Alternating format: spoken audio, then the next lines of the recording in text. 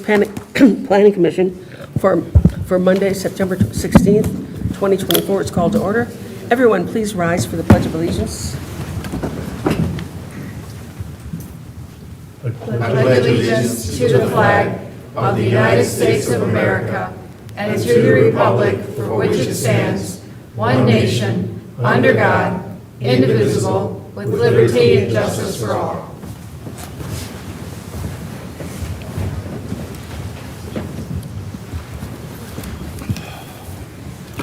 Item 2 is roll call. Roll call. We'll start with Mr. Frederick. Present. Mr. Glovfelter? He's excused. It's excused, okay.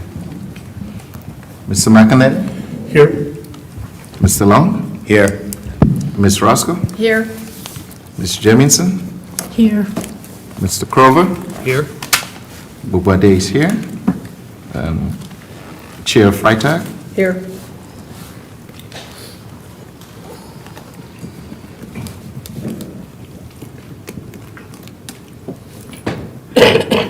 Excuse me.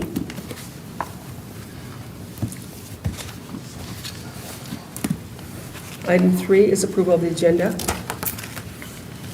So moved, Madam Chair. Support. For a second.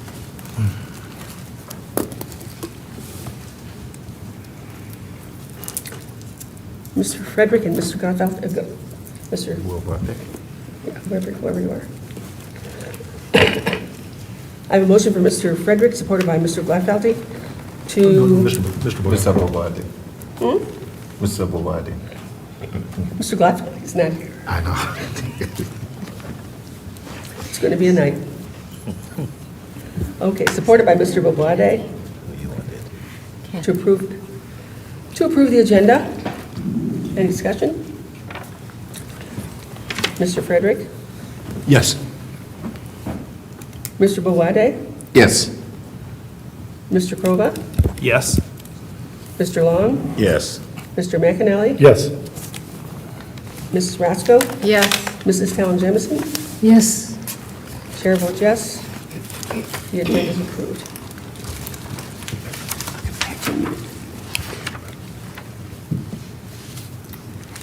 Item 4 is approval of the minutes of the regular Planning Commission meeting held on August 19th, 2024. So moved. Support. I have a motion for Mr. McAnally, supported by Mr. Long,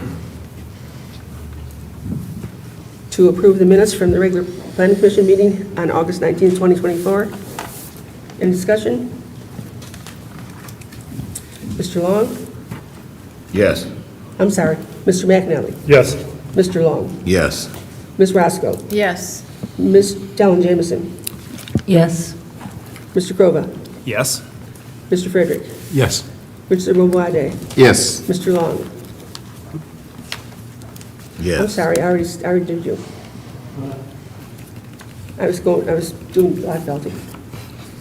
Chair votes yes. Minutes are approved. Okay, Kathy, let's just let everyone get a drink.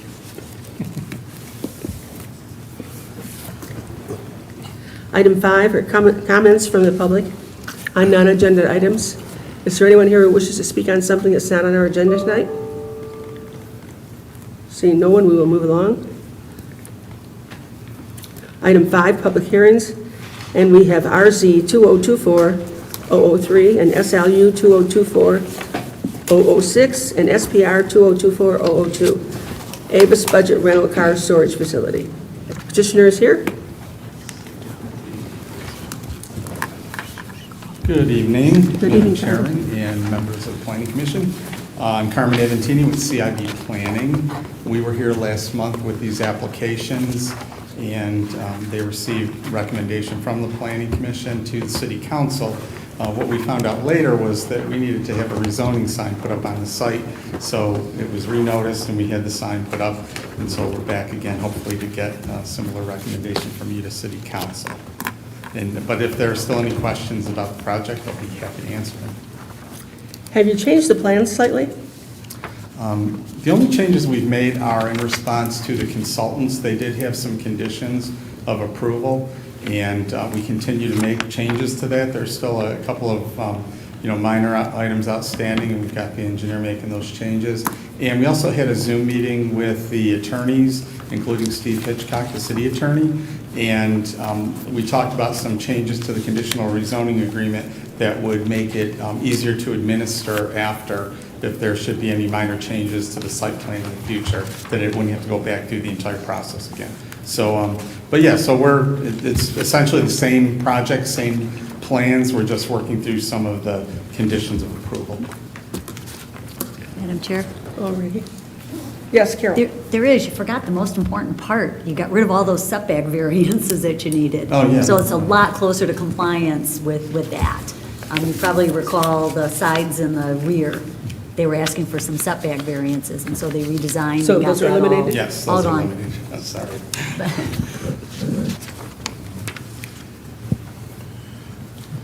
Since, well, no public hearing, Mr. McAnally. Mr. McNally, sorry. Chair to the planning department, has there been a fail-safe put in now that we are able to catch the sign situation? There is. It's actually a thing, and it happened on both ends. They have it on there, there's a big section on the rezoning applications where they check off that they're gonna do it. It then gets transferred into a system of ours that just didn't get updated with an update. So it alerts that that's gonna be done. So, yep, Okay, that's good, thank you. yep. You make this mistake once and then you never make it again. That's what we like to hear. Any questions or comments before I open the public hearing? Let the record show I have on file an affidavit of first-class mail. If there's anyone here who wishes to speak on this item, please raise your hand. When you're acknowledged, come forward, give us your name and address and your comments. Nobody? We'll close that portion of the meeting and open up to the commissioners for any questions, for any comments, sir. Madam Chair, I do have one question. Mr. Long. In regards, but I read it later on in the packet that no other uses will be permitted as far as, because over at the lot now, there are a lot of wrecked vehicles stored over there. How do you propose to minimize that at this site if it ever does occur? And who would monitor that? Would ordinance be able to access that? Is that on their airport property site? That you're Yes, talking that's about, on or the airport property site. Right. We worked in some provisions specifically into the agreement and on the site plan that those vehicles won't be stored there. If they are, as part of yearly inspections, if they're noticed, then ordinance, correct? Correct? Ordinance takes care of it. Okay, thank you on that. And one other part, on the possible soil contamination, do you have any more information on the soil contamination? Was any contamination found on the site at all? Yeah, Madam Chair, I'm not an expert in that end of it, the environmental, but what I can tell you based on what our expert had said is there were some metals that are close to the surface, and those are being all removed as a part of the detention basin system that's being put in. So all contaminants will be cleaned up. Okay, thank you. Anything else, Mr. That's all Long? I have. Oh, Yes, thank you, thank you.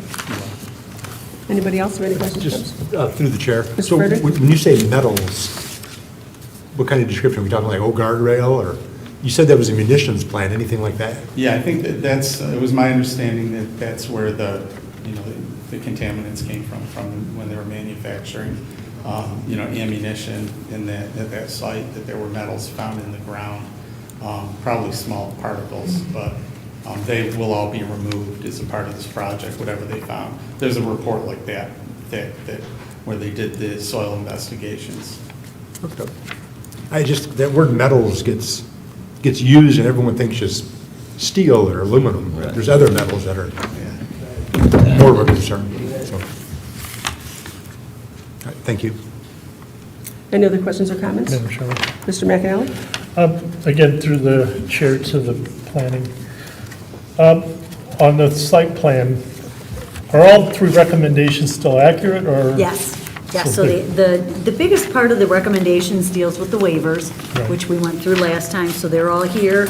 And then the recommendation on the site plan part of it is basically that it needs to be revised for just a few things, a few housekeeping things. There were a couple notes on the plan and a few others, I think, Jessica, that you guys had, didn't you? But the contingent items are still accurate per this Yes.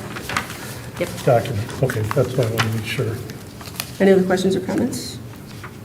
Yes, Madam Chair, I do have one more question in regards to the fence. Did you decide on a 4-foot or a 7-foot wrought iron fence on the, for security?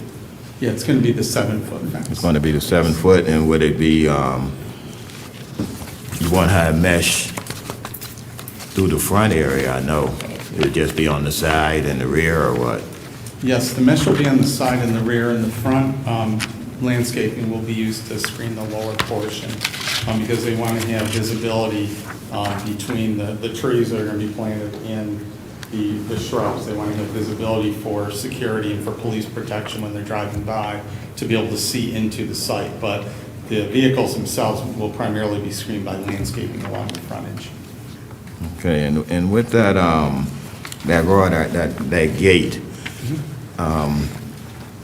I see it's a sliding gate back and forth. How does that, as far as longevity, I mean, you're gonna be going out of there probably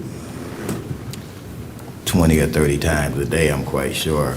I mean, how was that, the wear and tear on that actual gate? I don't know the longevity on those type of items there. Yeah, Madam Chair, one of the things that they had talked about, and they actually stressed quite a bit, is they will maintain this site. Anything like that breaks or is wearing down, they're going to replace. They have a vested interest in keeping this property well-maintained and running smoothly. It's important to them to maintain it. Okay, and on the lighting issue, has that been addressed that there were questions about as far as height and everything? Because there was from what I understand in my reading, there was an issue with the lamps or a lighting issue. The lighting, I think that's a condition that if they want it to be higher, they've got to go to the Board of Appeals and get a variance. Okay, that's what- So they can do one of two things. They can either amend the photometrics and get it down, or they can go seek a variance. So, Thank you, that's all I have. Thank you. Any other questions or comments? If not, a motion is in order. Madam Chairman, Mr. McAnally. I'll make a motion that we recommend to City Council approval of the conditional rezoning for RZ 2024-003 Avis Budget Rental Car Storage Facility, subject to the 4 conditions listed on page 3 of the Planning Commission summary report. Support. I have a motion from Mr. McAnally, supported by Ms. Jamison, to recommend to City Council approval of the conditional rezoning request for RZ 2024-003 Avis Budget Rental Car Storage Facility, subject to the 4 items that are listed on page 3 of the planner's report. Any discussion? Mr. McAnally. Yes. Ms. Jamison. Yes. Ms. Roscoe. Yes. Mr. Long. Yes. Mr. Bowade. Yes. Mr. Frederick. Yes. Mr. Prova. Yes. Chair votes yes. We'll recommend that to City Council. Madam Chairman, Mr. McAnally. I'll make a motion that we, Planning Commission, recommend to City Council approval for the special land use for SLU 2024-006 Avis Budget Rental Car Facility, subject to 3 items listed on page 4 of the Planning Commission summary report. Support? I have a motion for Mr. McAnally, supported by Mr. Krova.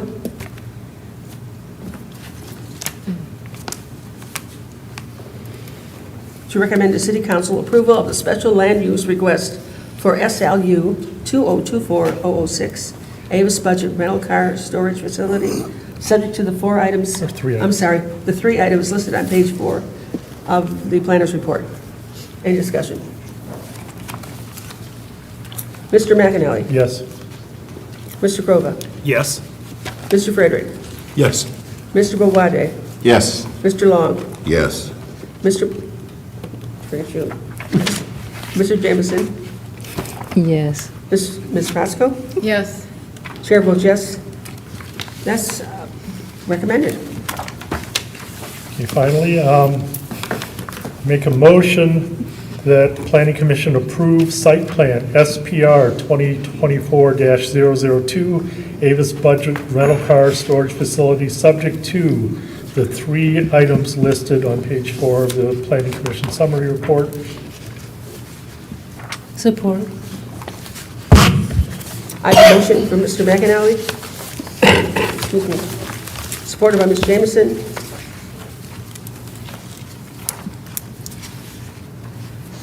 To approve the site plan for SPR 2024-002, Avis Budget Rental Car Storage Facility, subject to the three items listed on page 4 of the planner's report. Any discussion? Mr. McAnally. Yes. Ms. Jameson. Yes. Yes. Ms. Roscoe. Yes. Mr. Long. Yes. Mr. Bowade. Yes. Mr. Krova. Yes. Mr. Frederick. Yes. Chair votes yes, item is passed. You're legal now. Thank you, Carmen.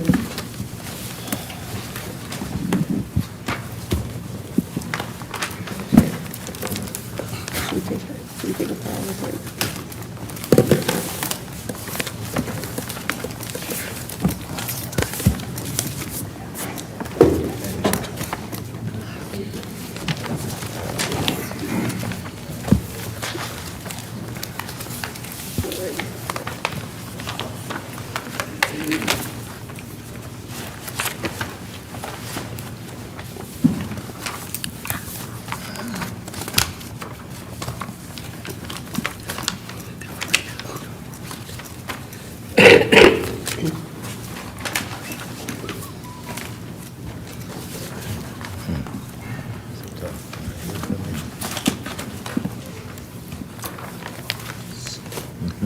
Item 6B,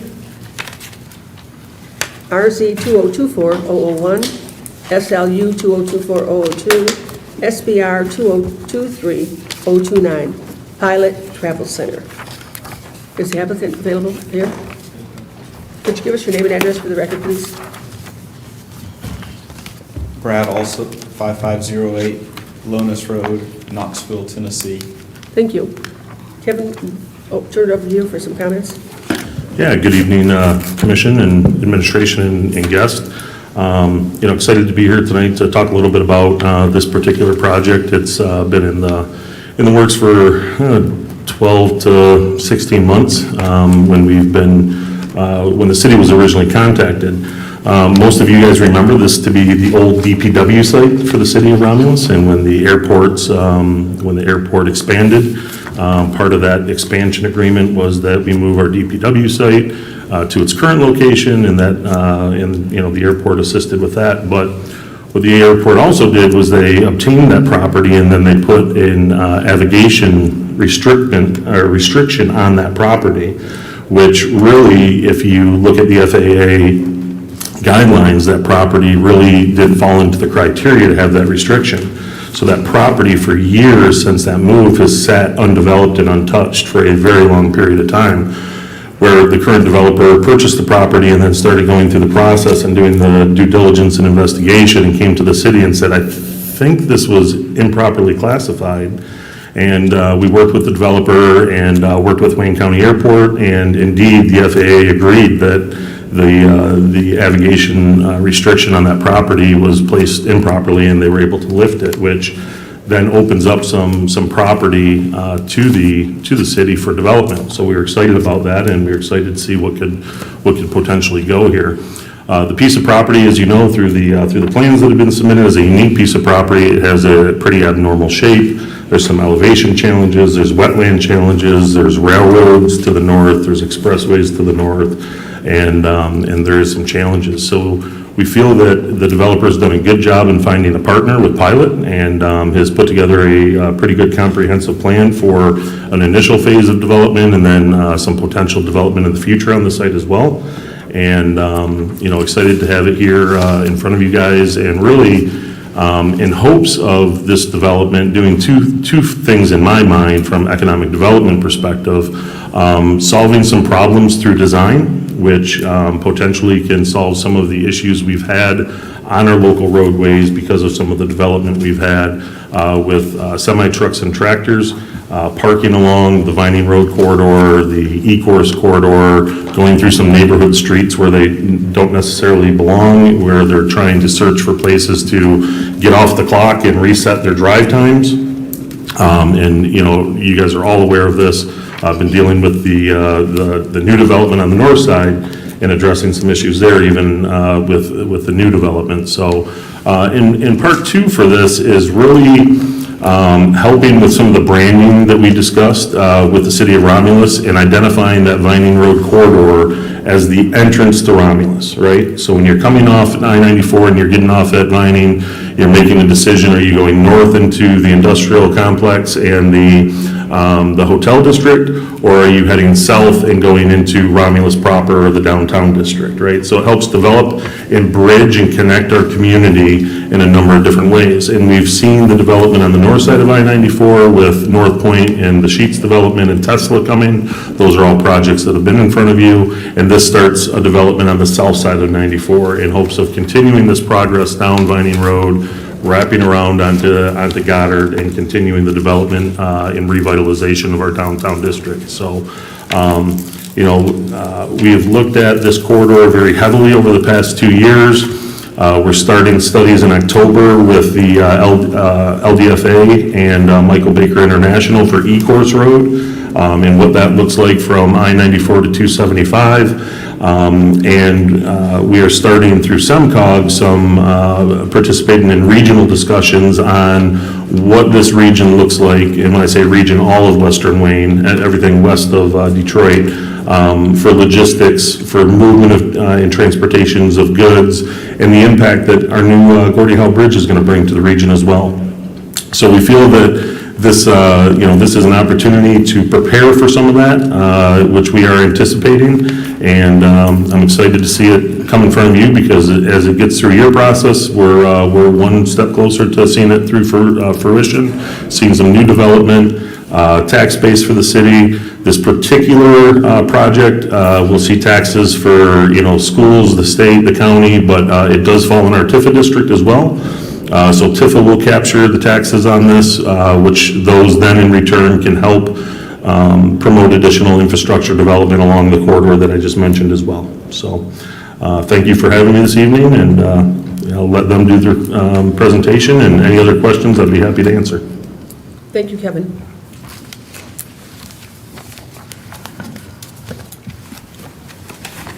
Good evening again. Thank you very much for the opportunity to be here. We're excited to become a part of the Romulus community. As Kevin mentioned, we're looking to construct a new travel center at I-94 and Vining Road, directly across Vining Road from the airport. And it's an ideal location for this use, given its proximity to I-94, immediately adjacent, other than the railroad that runs between. You're surrounded by other industrial uses, and then you've got the airport across the road. So kind of an ideal location for our use. In order to do that, we need to get a rezoning or a conditional rezoning of the property, get a special land use permit, and get site plan approval, as you're all aware. So let me see if I can get this right.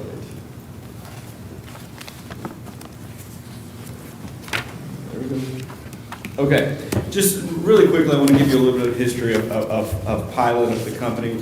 Pilot was founded in 1958 by James Haslam with one gas station in Gate City, Virginia, and then built into a larger kind of East Tennessee, Virginia convenience store chain, and ultimately in the mid-'80s or early '80s, Pilot got into the travel center business, and that is now our primary, our sole business. In 2010, Pilot merged with Flying J, which at that time, Pilot and Flying J were the two biggest players in the travel center industry. They merged in 2010. Then in 2017, Berkshire Hathaway, Warren Buffett's company, invested in Pilot, purchasing a significant portion of the company. Interestingly, in 2023, we signed a deal with General Motors to build an EV charging network across the United States, and we are in the process of rolling that out as we speak. It'll take several years to build out all the infrastructure, but we are partnered with a more local company, if you will. And then earlier this year, Berkshire Hathaway acquired 100% of Pilot, so we are now a wholly owned subsidiary of Berkshire Hathaway. A few highlights of who we are and what we do. We're the largest operator of travel centers in North America. We've got approximately 850 locations. 681 of those are owned and operated by the company. The Romulus location would be a company-owned and operated store. The others are what we call dealers, and we have a branding agreement where they can brand fuel, specifically diesel, as one of our brands, but someone else owns and operates the store. Pilot is one of the largest fast food, quick service restaurant operators in the nation with approximately 650 locations. And we have nationwide and in Canada, we have over 30,000 team members serving 1.2, 1.3 million guests a day. Now, all of that history is important because it lets you know the kind of company that Pilot is. It's a stable, reputable company that will be a good addition to your community, right? We want to be invested here, both from a monetary standpoint, but we also want to have our team members living here, working here, and serving their fellow citizens here. And we do seek to be a good corporate citizen that serves not only the motoring public that's going up and down the interstate, be they truck drivers or people in passenger vehicles, but also, again, the local community. We want to make sure that we are a good corporate citizen. Here on the screen, you'll see kind of a general aerial overview with our site plan overlaid on it. You'll see right is to the north, so you'll see immediately right the railroad, and then beyond that, I-94. So to the east, we've got the airport property, which you can see just a little bit of. And then to the west, we are surrounded by many industrial properties, all zoned M2, as this particular property. So our request for a conditional rezoning is to go from M2 to MT, specifically to allow for the truck stop use. From an intensity standpoint, really there's no difference. You're surrounded by fairly intense industrial uses already. We are simply wanting to be a complementary use for that, to be able to service, again, the community, but also those trucks that are visiting the surrounding industrial properties and the properties to the north of I-94 that have been developed in an industrial manner. The rezoning should have no impact on surrounding properties in a negative way, right? It should enhance them because it gives a place to serve those truck drivers from a food standpoint, from a fuel standpoint, and from a parking standpoint. The special land use is required specifically for the truck stop use. Otherwise, we would be allowed by right. And as part of the special land use application, we're seeking 4 waivers. The first is that your code allows 1 driveway. We are requesting 2 to provide for better flow, better access to and from the facility, and specifically to provide as much separation for trucks and passenger vehicles as possible. There will be some intermixing, but we try to keep that as separate as possible. The second waiver is that your code allows for a 30-foot wide driveway. We're looking for a 45-foot wide driveway to better handle the truck traffic. That's the sole reason for that. The third waiver is requesting to make a payment in lieu of adding 875 feet of sidewalk along the property frontage north of our driveways. So we will be adding sidewalk from our northern driveway south, but north of that northern driveway, it would essentially be a sidewalk to nowhere, so we would do the payment in lieu of adding that. And then finally, north of our northern driveway, which is the one on the right, we would request to forego the 3 to 4 foot tall berm that the code requires due to conflicts with the county drain that's in the area. That's the sole reason for requesting that waiver, so that we don't impact that drainage system. Variances will also be requested specifically for lighting and then also for signage. And we will be making application to BZA should we be successful here for those variances. And then really we've been working with various agencies for the needed approvals for wetlands. Kevin mentioned that there's a lot of wetlands on the site. We've been able to avoid almost all impacts, but there's a couple of areas where we do have some impacts, specifically along the roadway where our driveways are going to be. There's not really much we can do to avoid those impacts. We're working with FAA for approval for building and sign height. In fact, we've already gotten their blessing for the heights of our infrastructure. So just all of the necessary approvals, we're working with the various agencies to get that. Before you now, you see the site plan that has been submitted for review.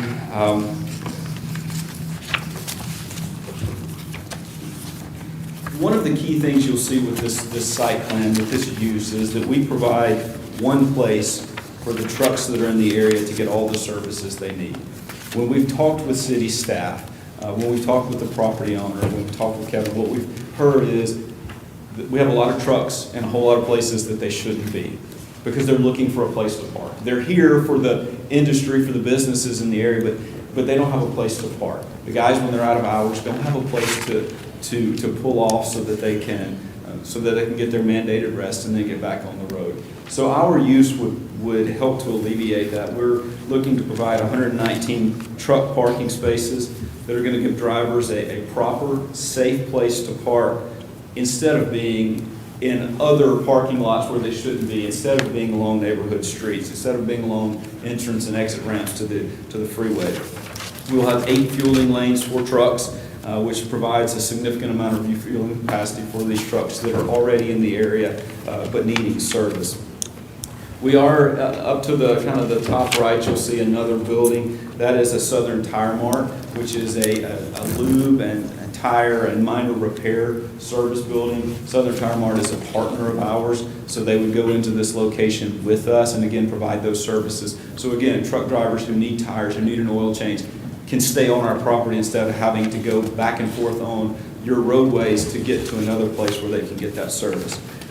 The travel center building has food and other amenities that truck drivers need, right? And it's not just about truck drivers, but again, in our cars, we can go to a lot of different places to get the services we need. They can't, right? Because they have a big vehicle that can't go to a lot of places. So we seek to provide showers, laundry facilities, things that they need while they're on the road to serve them and again, keep them in one place.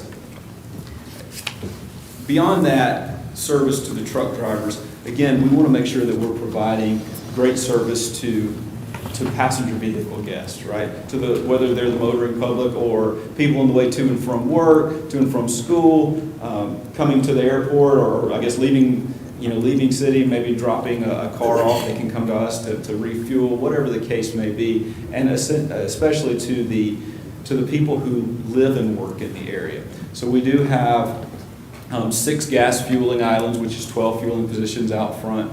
And I mentioned our partnership with General Motors for EV charging. We're proposing to put in 8 EV charging points on this location there, just to the left of the building. I realize it's maybe a little bit hard to see that, but we would be providing fuel for the present, if you will, but also fuel for the future to help take care of drivers who are using EVs instead of carbon fuels. The facility is going to provide a benefit to Romulus, to the city by helping deal with truck traffic issues that the city is experiencing, and also to provide better services, additional services to your local residents. It's important to pilot that we have a clean, safe, and well-lit facility that provides good traffic flow for cars and trucks.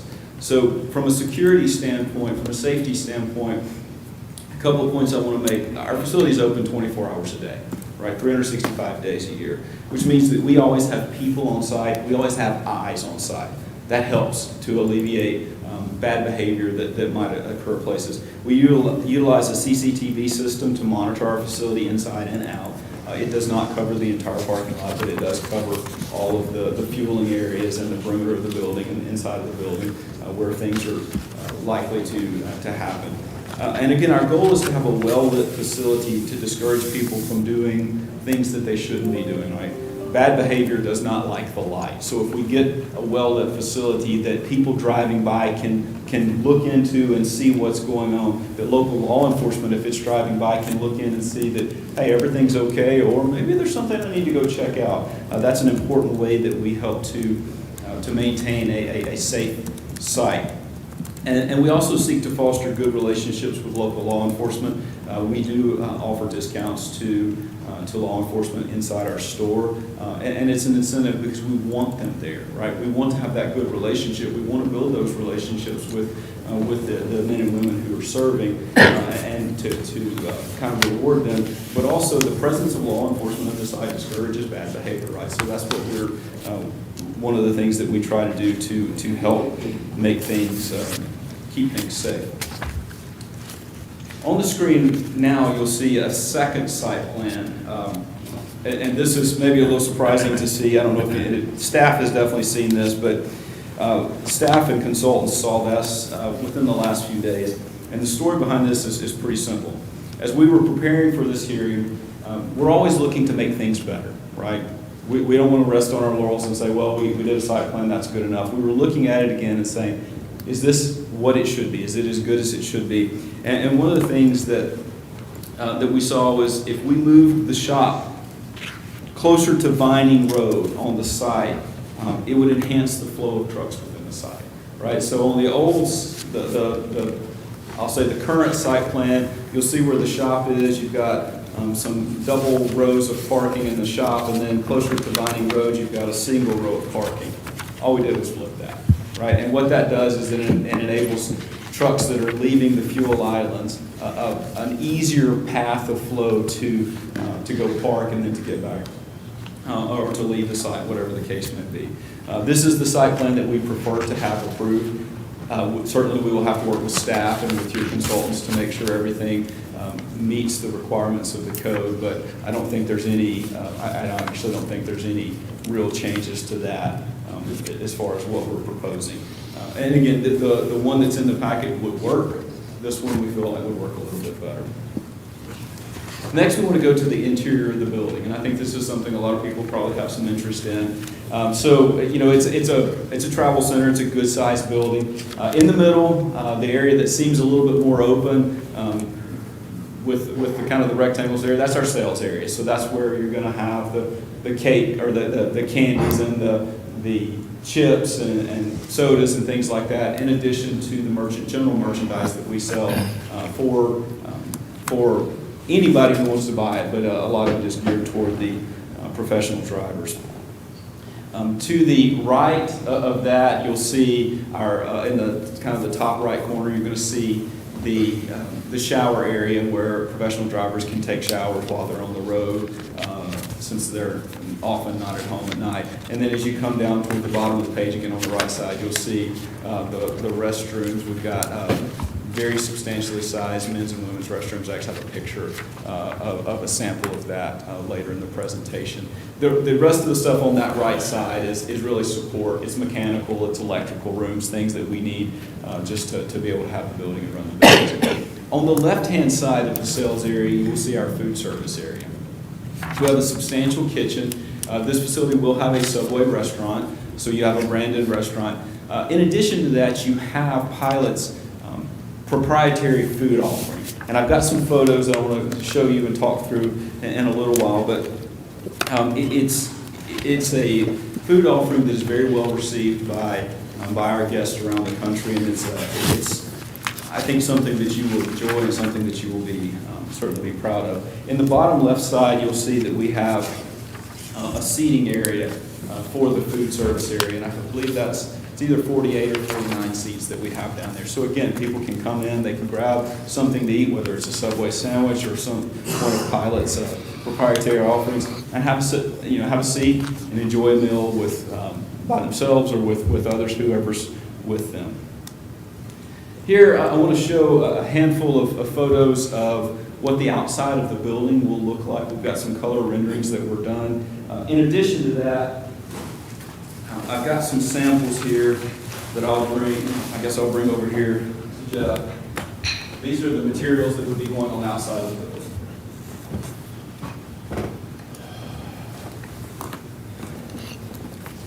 So again, what you see here is the travel center building, and then out front you've got the gas fueling canopy. Here we're looking kind of at the other side. This would be the south side of the building. You see one of the gas pumps. You can see the diesel, the truck fueling area in the far back. But what you see there in the middle that says GM Energy, that is the EV fuel or EV charging area. Again, it will be covered with a canopy. That is one of the things that we've done with General Motors to kind of differentiate our charging offering from many others, not all, but many others out there, is that we have a canopy that covers the cars while they're charging to provide a better experience for those guests. Here, just kind of a zoomed out view of the same general area. Okay, here's behind the building where you see the truck fueling canopy and the rear of the building. So again, the rear of the building looks nice, just like the front of the building. It's set up with an entry just for the professional drivers for coming from the parking area or the fueling area. Now we've got a rendering of the Southern Tire Mart building. Again, this is a partner of ours. The finishes, the colors are similar to what you see on the travel center. And it's important, this is not heavy repair. This is tires, this is lube, and very minor repair, what you might consider bolt-on maintenance. The goal is to get drivers who need services repaired back on the road as soon as possible. We are not going to have drop trailers. We are not going to have engine overhauls. They are not going to be parked out in the parking lot while they're waiting for repair. That's not the goal. This is kind of quick service for the trucks. And I think this is, again, a part of the presentation that many are going to be interested in based on what comments I've heard from staff. This is an inside of a similar travel center. You'll see it's open, it's well lit, and it's a very inviting presentation. So you see the sales area where we have all of our different types of merchandise. On the left is our food service area for our proprietary food. You'll see in the middle you've got a stand with some fresh fruit. Again, we want to make sure that we have an offering that is that's good and as healthy as possible for our guests. Some more pictures, and I think you guys may have screens up there that you can see. But on the top left, that's again a kind of a zoomed in view of part of this service area. We will have pizza, and there's a lot of different types of pizza that we offer, including, I believe, a breakfast pizza. And I think they kind of rotate through what they offer at different times so that there's some variety. In the top right, you'll see, again, some of our hot food offerings. And think of it as kind of a meat in three, right? You're going to get an entree, you're going to have some vegetables, some sides along with that. And again, this is food that is very well received wherever we put it in around the country by our guests. Bottom left is the seating area. Again, an open seating area that's welcoming, inviting for people to come and either sit by themselves if they're on their lunch break or have several people together. And then the bottom right, you'll see what you probably think is more common for a travel center offering. You've got your beverage wall that's got hot beverages and cold beverages, coffee, soda, what have you. And then you can see also that we do have another grab-and-go type case where you've got some fruits, some veggie cups, things like that are put together in the store daily. So they're not shipped in from somewhere else. They are put together fresh on a daily basis. A couple more pictures of the type of food that we offer. Again, you can see this is not what you might consider typical convenience store or gas station fare. You've got some high-quality offerings, and in fact, we have in our corporate office, we have kind of a cafe that serves the same type of food, and it's very good. right? It's a very good offering. In the bottom right, you'll see a breakfast offering. Again, we're open 24 hours a day, so there will be breakfast food available. I told you there would be a picture of the restrooms. Again, we're talking spacious restrooms with a lot of stalls, a lot of sinks for people to be able to come in and use as they need. The last thing I want to cover is the economic impact. Just the travel center, this does not include the Southern Tire Mart. We're talking 50 jobs created, an annual payroll of about $1.6 million. And then tax revenue for the city of Romulus, which I believe is all property tax, if I'm not mistaken, it's about $486,000. That's on top of what we pay in taxes to the county and to the state, whether it's sales tax or different property taxes or fuel tax that we may pay to the state. So going to be a revenue generator for the city, but also for the county and the state. And then our total development costs, we're looking at about $17 million, not including the land, just to build the travel center and get it open for business. So, I would say that we're excited to become part of the city of Romulus.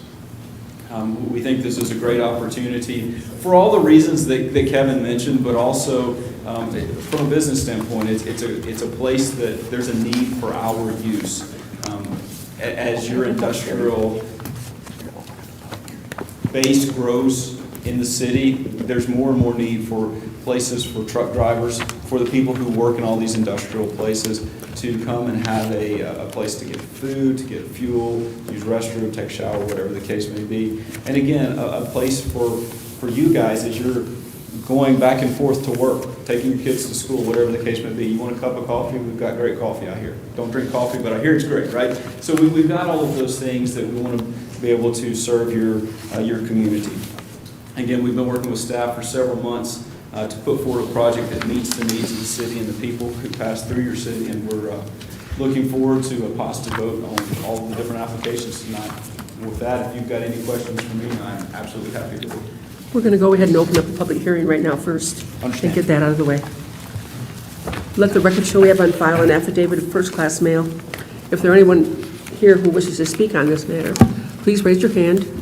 When you're acknowledged, come up to the podium, give us your name and address and your comments. Anybody?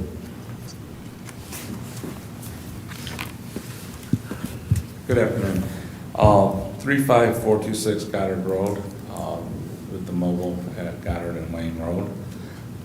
We were here back in April and May when the Come and Go and the Maverick tried to come in at that time. Most of the board members at that time made a decision to eliminate these large diesel centers coming in, and that it was discussed.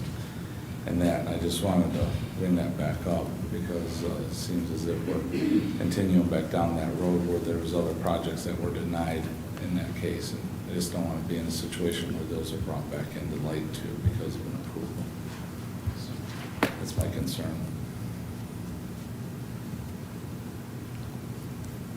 Can you put your name? Sure, Dion Westfall.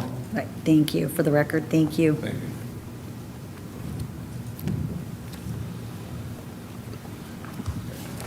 Thank you.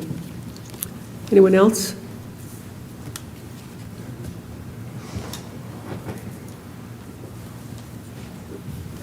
Hi, how you doing? My name is Andrew Zora from 35426 Goddard Road, the mobile. I just wanted to say, I think the city of Romulus already has way too many gas stations and places to fill up. The thing that the city might be able to use is truck parking. I know in the past, my dad has tried if we could do it, and we were shot down on it.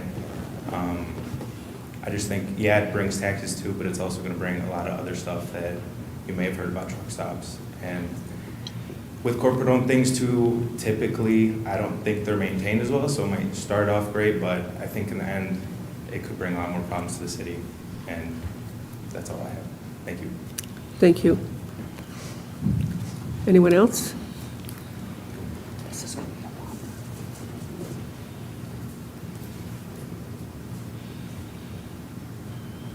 Good evening. Chuck Lindemuth, been a resident of this city since 1958, graduated from Romulus School in 77. I would hope that you guys go to one of the other pilots and look at what their facilities look like after they've been there for a few years, and the burden that they put on that community. The numbers that they post up there, tax dollars that they're going to pay the city in taxes, that's not worth, go look at one of their facilities, okay? They're the dump of the dumps of a truck stop. They don't maintain their properties, and look what you get all night long. You get prostitution, you get all this overnight parking, you get everything that's going on in that parking lot that now the city's going to have to try to enforce with a weak ordinance department that we already have. So I wish you guys would go look at their facilities and look what comes along with it, because it ain't nothing nice and it ain't nothing Romulus wants in the long term. If you go look at their facilities, we will not be happy, and this is not something that the residents want. Thank you. Thank you.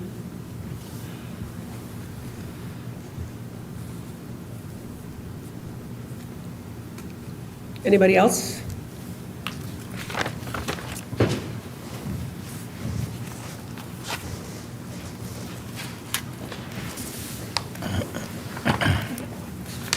Good evening, my name is Yvette Bryant, and I am also a resident here in Romulus, Michigan. As a resident and traveling, because I also have another home in Ohio, and I've traveled back and forth, and I have used the pilot's facilities, and they've always worked out for me and have been a great and safe place for me to stop. And now I'm not a truck driver. I work for Delta Airlines, and like I said, I have another home in Ohio, and I travel up and down 75 weekly, actually, using the facility. Thank you. Thank you. Anyone else?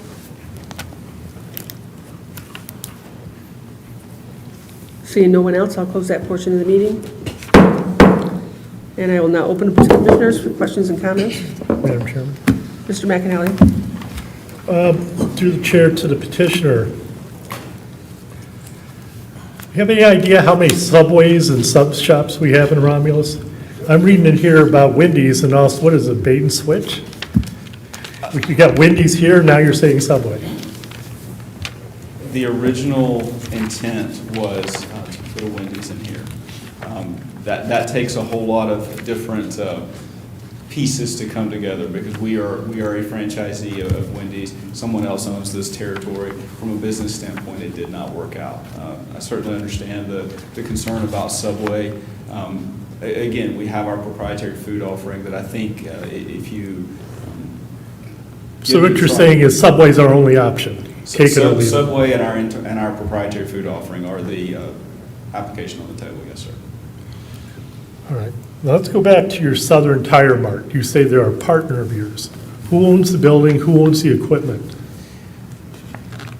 The joint venture, it's actually a joint venture between Pilot and Southern Tire Mart, so the joint venture owns it. It is operated by Southern Tire Mart, who has facilities really across the United States, mostly in the South, but they are expanding on our sites across the country. I guess my concern, I'll address through the planner.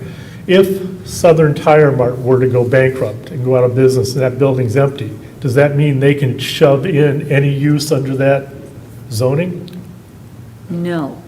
The uses per the agreement are per the site plan. And the site plan says Southern Tire Mart in that location on the site plan. And it describes what Southern Tire Mart is. Now, if it changed from Southern Tire to another same use, another tenant could go in, but the use could Have not to stay the change same. without coming back and seeing everybody opening up. Okay. Yep. My third concern is security.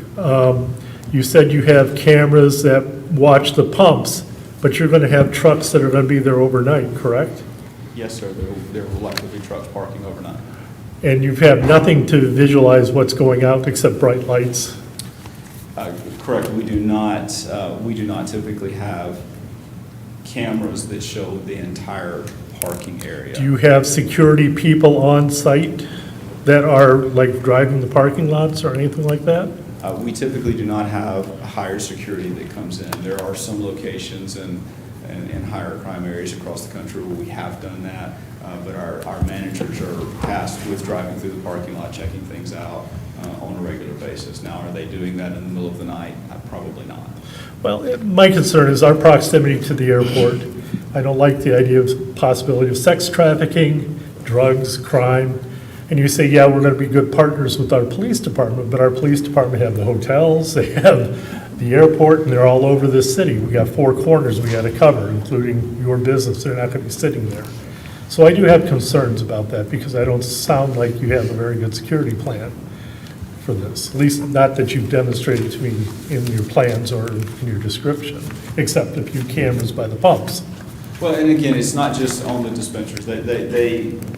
We have camera systems at the fuel islands on the outside of the building, on the inside of the building. So it's not just shining down at a dispenser. It is getting more area. We're just not covering typically the entire parking lot. Which is probably the safest, where you have your cameras is probably the safest part and the least of my worries. Where I'm concerned is out back where people are parking overnight and doing God knows what all night long. Okay, I don't know what to say to that, other than I'm not satisfied with that answer. My other concern is your appearance. I may defer to Jessica on this as far as architecture, because this, even though it's zoned industrial, this is still a commercial building, and I feel like we should be holding this to the same standards as we do any other commercial, or Sheets or anywhere else. And from the way she's described it, that would require an upgrade in materials. Is that correct? It is. So we did take a look at the percentages that were provided for the front facade and the side facade. That's the south side facade.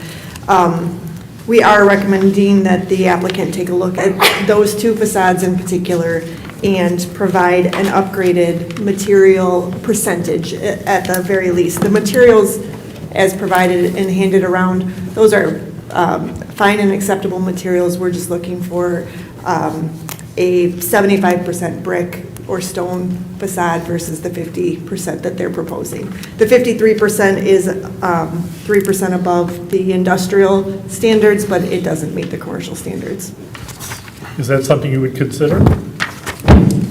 Yes, we can do that. Okay, my last question, and this is just, you showed us an alternate setup for your site plan.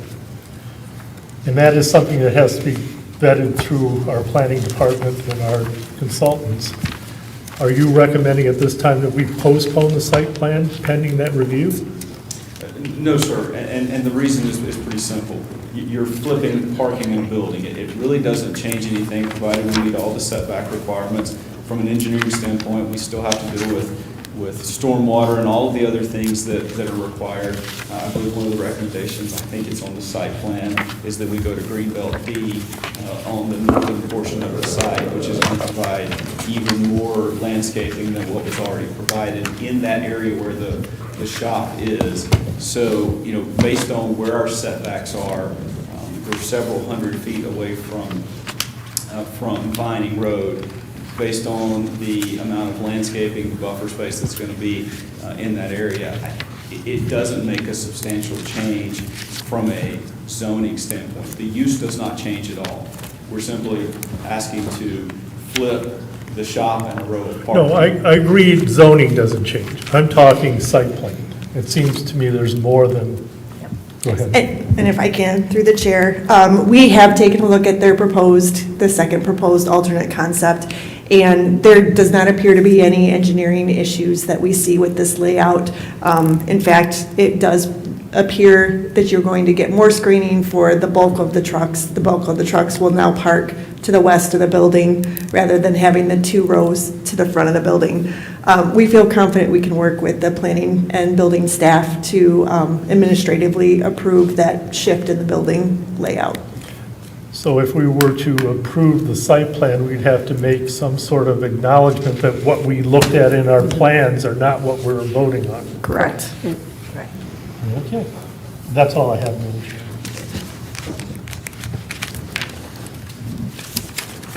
had a question. You made me forget.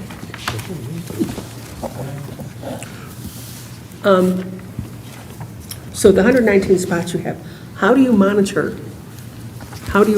the trucks that park in your lot? How do we monitor them?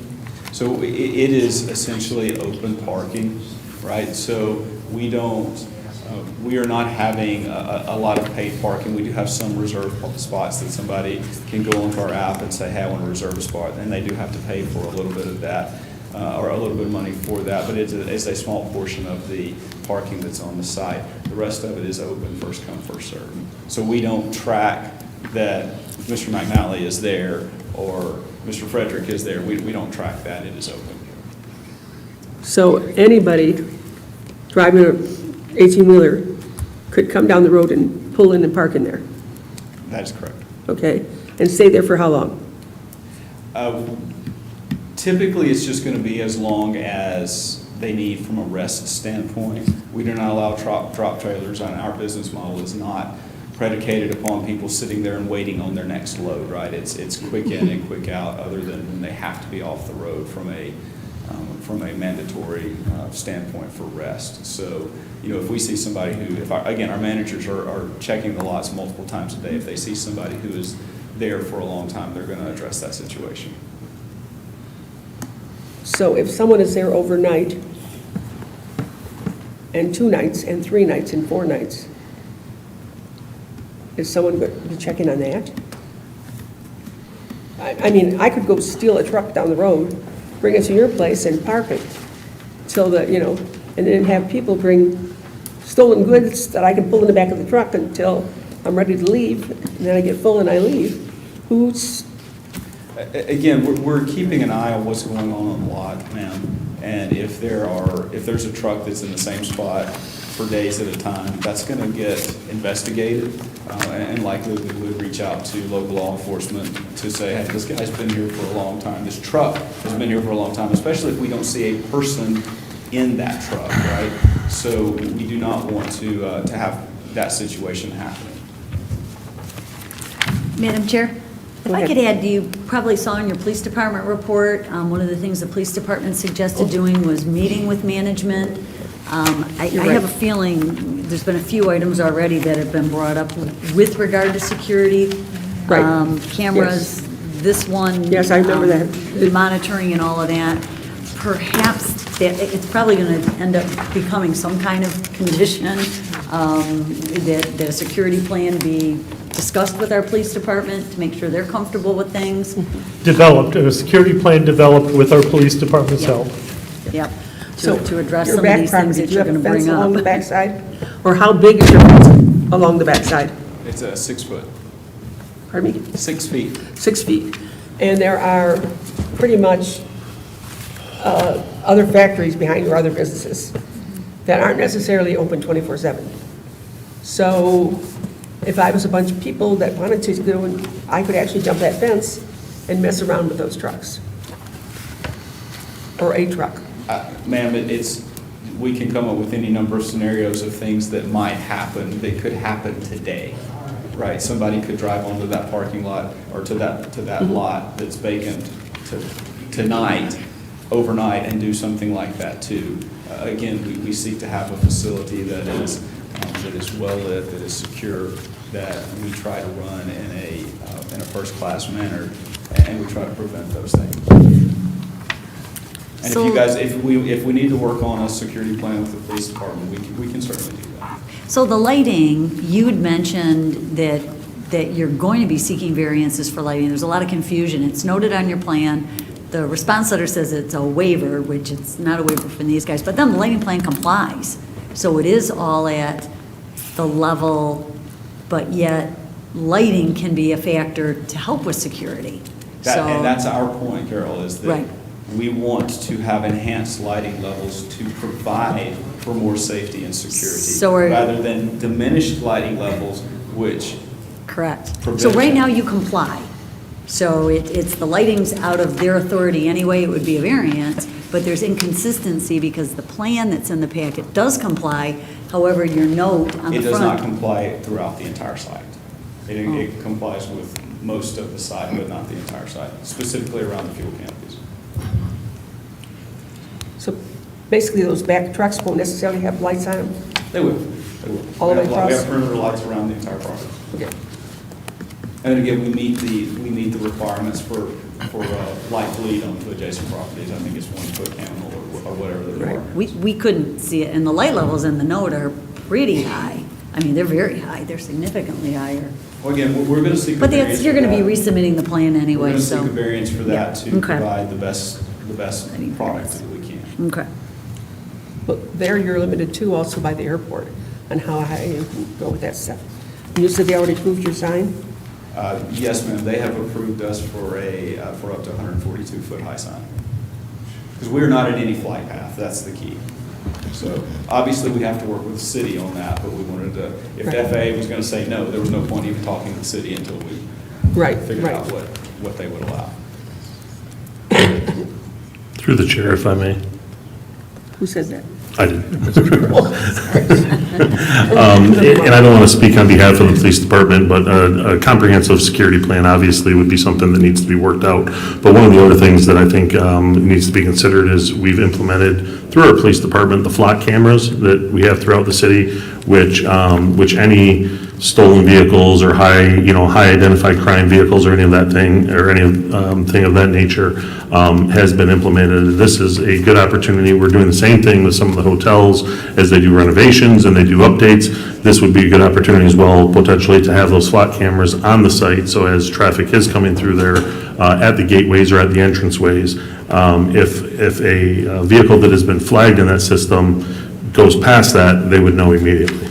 Madam Chair, could you explain what that is to citizens? Yeah, so the flock cameras are a network of cameras that are in the airport. They're in multiple different cities around us. If we have an Amber Alert that goes out, or if we have a stolen vehicle, or if there's a vehicle that's involved in a hit and run, those cameras are constantly scanning license plates as they go by, and they are able to identify. So if a vehicle goes by and it's involved in a hit and run, it's a white Taurus. The police department can put white Taurus, and as that vehicle travels, if it passes one of those cameras, it will identify white Tauruses and be able to then look at the license plate and say, okay, hey, we have 10 white Tauruses in the vicinity with a license plate that has this.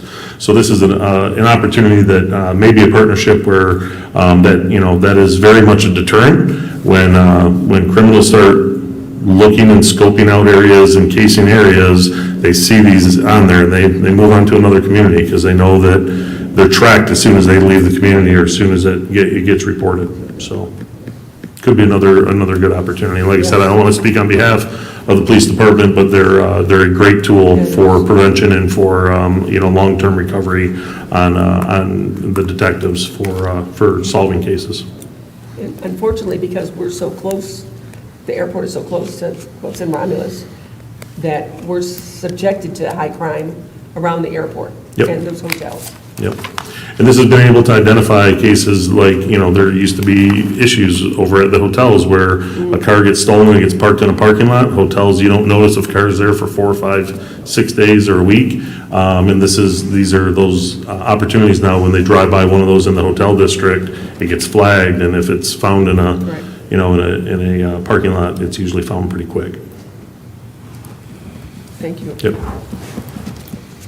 Any other questions or comments? Mr. Grova. Through the chair, I have a question for the Building or Planning Department. We did just recently deny, I believe twice, a request to add fuel islands to the gas station on Eureka and Ormond Road. I believe that was part of an overlay district. Is that correct? Southern Gateway. The property was zoned C3, so it was a commercial zoning in the Southern Gateway, so a totally different situation. This property here is not part of that No, overlay that's all district, is Southern it? Gateway, so south of the airport. This property is not in any development overlay district. It's currently zoned M2, general industrial, and they're asking for conditional MT to accommodate the truck stop. As the M2, I believe they would be able to put some type of trucking on that property already. I think it would be a lower number of trucks if it would, as an M2 currently is. M2 is more intense than the M1. Yeah. Actually, Some diesel fueling is allowed in the M1, was a recent ordinance change, which actually Pilot helped work with the ordinance when they were looking at another project several years ago. But as you know, is when we went through those other developments, it's accessory to, to some stuff on those M1 sites. The M2 does not allow the fueling, does not allow the higher, the higher intensity, kind of the more the commercial side, but much more intense industrial development. Yep. In terms of manufacturing operations and some of those bigger type things, but not some of the supported services that the MT does. Okay, thank you. And then one of the concerns I have is, it is a unique piece of property because it's 25 acres and it's located very close to I-94. That exit is geared up, it has the turnarounds, and it can handle probably additional trucking. But what I would hate to see is people coming out of your facility and making a right and going down Vining Road. That road has some different names, so Vining, Wayne, it's in bad shape right now. Is there any way of making it so that you can recommend trucks to make a left and go on to 94? That's what I would prefer to see, all your customers, semi-trucks, going back to I-94, unless they have local delivery. I guess I would address that in a couple of ways. I would assume, just based on the demographics, the traffic demographics, if you will, in the area, that the vast majority of trucks are going to come from and back to 94. You will have, as those industrial uses to the north, back behind Sheets, get filled out, you're going to have probably some trucks who come to fuel with us, maybe come to stay overnight, and then they go in the morning to those facilities. So again, they're going to be going north. Some will likely go south because they're going to be going to those industrial uses back behind us, right? So limiting it to left only is probably not the best idea, but just by nature of the business, I think that's what's really going to happen. But it allows us to have some who still go right to those other businesses or any other properties that they just need to go to. Yeah, but I understand. If they have to go back to that property, it would be considered a local delivery of some sort. And, that's totally legit. But what I would be afraid of is them making the right going to 275. They would want to go down and get onto Eureka onto 275, and then by accident ending up in the subdivisions. And we can certainly post signs at our entrances that say something to the effect of, maybe I-94 this way, 275. Yeah, we can post things to help with that. Certainly willing to do that. And then I do have a comment in general about the site plans. I do believe site plan 2 would be the better option because it would put more semi-trucks in the back of the property versus up by the road. That's just my opinion. Thank you. Just a couple questions for the city and the petitioner to the chair. Okay. Let's see here. So in the police report, Chief Fannis did mention, let's see here, he's interested to learn what this means and if it will be personnel on site or monitoring via remote cameras. So the people monitoring your cameras, are they in India or are they in Ohio or are they here? So we obviously have people on site, right? And so the camera system, they have visibility to it from the on-site. We also have visibility to it from our offices in Knoxville. Okay, that answers that question. Thank you. And what's the closest pilot to this site? We have one in Woodhaven.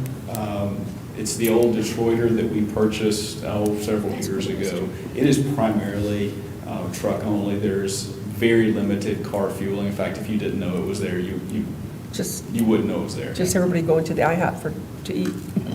What's that? I said just everybody going to the IHOP to eat.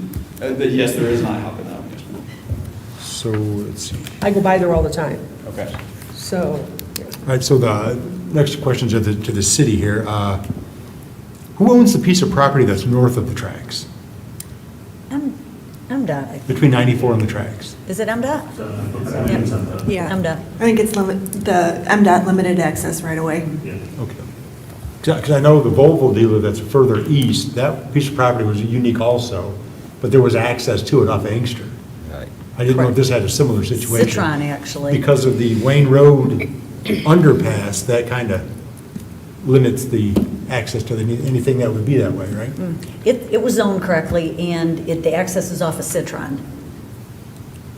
So it just has that nice frontage, that's why it was a Yeah, desirable that's for the site for Volvo that. deal. I'm talking about the piece of property between the Oh, this tracks and piece? 94 west of Vining. Any access to that would have had to have been from Wayne Road, correct? Because of the tracks and now the overpass at Vining. Correct. If there Yes. was, there is no Yes, secondary there is access. no. Right, there's no correct. access either way for that. Correct. It's always going to look just like it does. Yep. That's- Yes. I just wanted to get that in, on the record there's there. And so let's talk about the road. Vining Road northbound lane. Currently, there's the lane to the left that goes up to the overpass to get on the freeway, and there's a lane to the right that is right turn only on Wick. How will that change? Vining Road.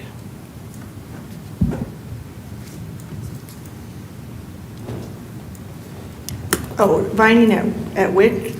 If you want to. Yeah, make a Vining at right-hand Wick turn, and head going into on the into freeway. 94. Because Or head currently, into when the you're airport. northbound Vining, it's a right turn only at Wick in the far right lane. The next lane to the west is straight ahead to the freeway. He's talking the Goddard extension, not Wick. Oh, okay, thank you. South of the airport, right? They call that the Goddard Yeah. Okay.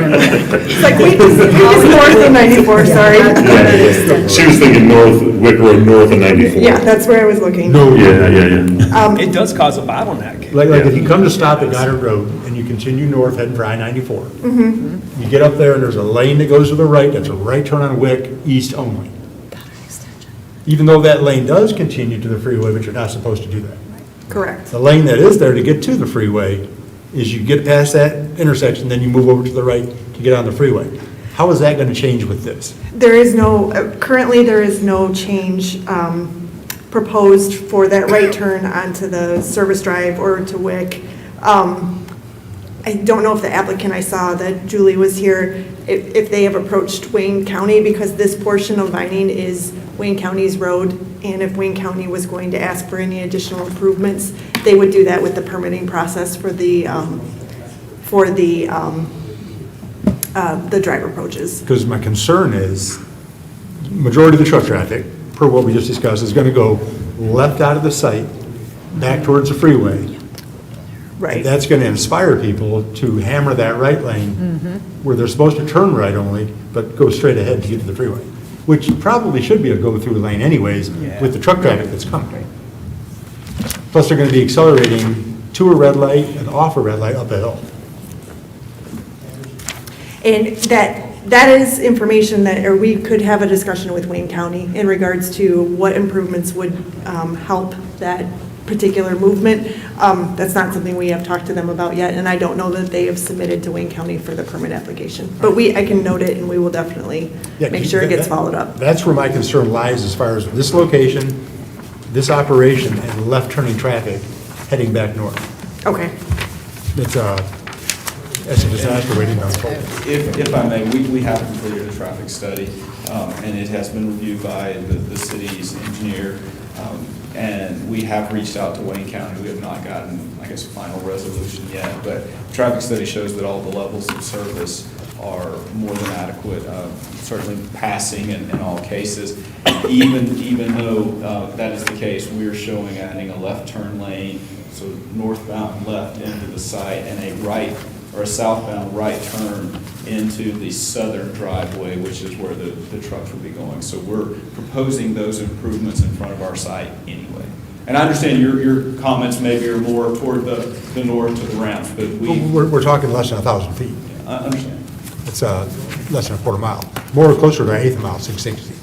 So the left turn lane into your facility heading north, that's not going to move a lane over to the east towards the airport fence? It seems like it's going to have to, because unless we're moving the lane that's on the west side, that's southbound, over. As I recall, this is John Hauser, he's the civil engineer. As I recall, it expands both ways, but he can address that. Yeah, there's an additional lane added for northbound traffic to bypass the center left turn lane, it's shown on the plan. It doesn't extend all the way. So that lane's going to go up to Wick Road and turn into a right turn only. Yeah, if you look at the plan, it is short of the plan wasn't overly clear, and as big as this all is, that wasn't clear Correct. at all. Like, I would have liked to have seen that, just on its own page. Not lights, not,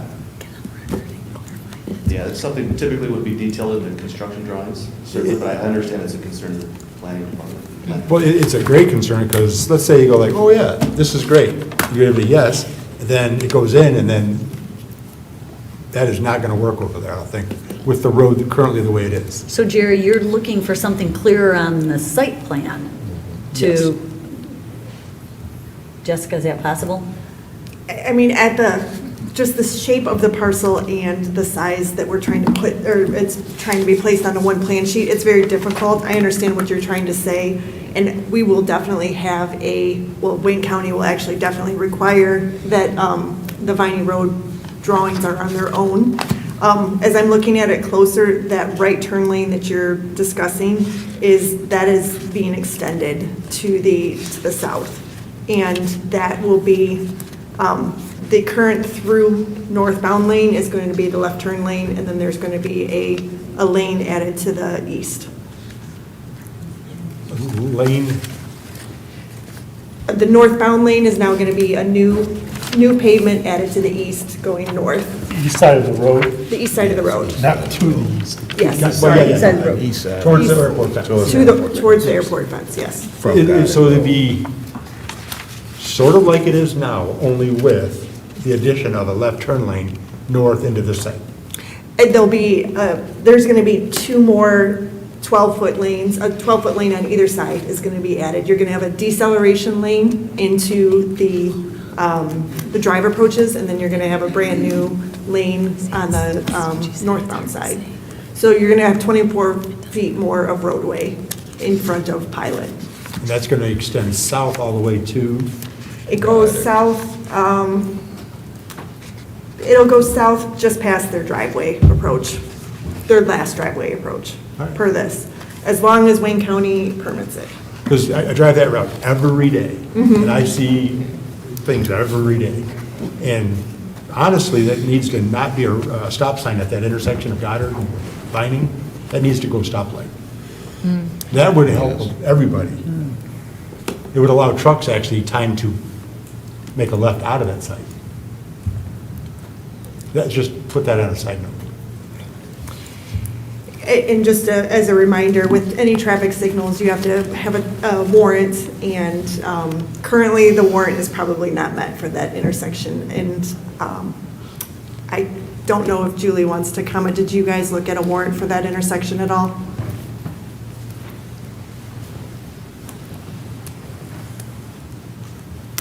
We did not, because it was operating acceptably, so there was nothing that would trigger us to look at the signal warrants there, but the volumes aren't there to meet the criteria regardless. In the future, it may warrant a So signal. in the future, we're talking, if this was to go in, The traffic impact study that was done definitely takes into account the background growth of the traffic network, plus then the growth based on this development. So the traffic impact study does not show that there is a warranted need for a signal at that intersection right now. okay? But as we continue to see growth in Romulus, there may end up being a need for a signal at that intersection. I just know that that's the southern route 294 for the city, for the citizens. Everything going on in the north has, more than enough road coming that way. I just wanted to see something similar head north from the south. Plus the trucks that are going to be Eureka Road, Warman Road area, they're going to be heading here Yes. on that same two-lane Yes. Wayne/Vining Road. I think, like, the county needs to, I guess, pick their game up on this, that whole section of road. It was fine 20 years ago, it was fine yesterday, but it don't look like it's going to be fine next Tuesday. And I will say also, the traffic study took into account background growth, our development, and other developments that you guys have already approved in the city. We had to account for all of that traffic. So the results that are in the traffic study, which I believe is actually part of, or at least a memo of which is part of your packet, includes all of that growth. all the trucks from Eureka Road coming north? Everything No. that is known. No, it's not that. But that's what's- Based on that's what's working coming. with the city and I guess the county on gaining the criteria, yes. Thank you. Yeah, I'm ready.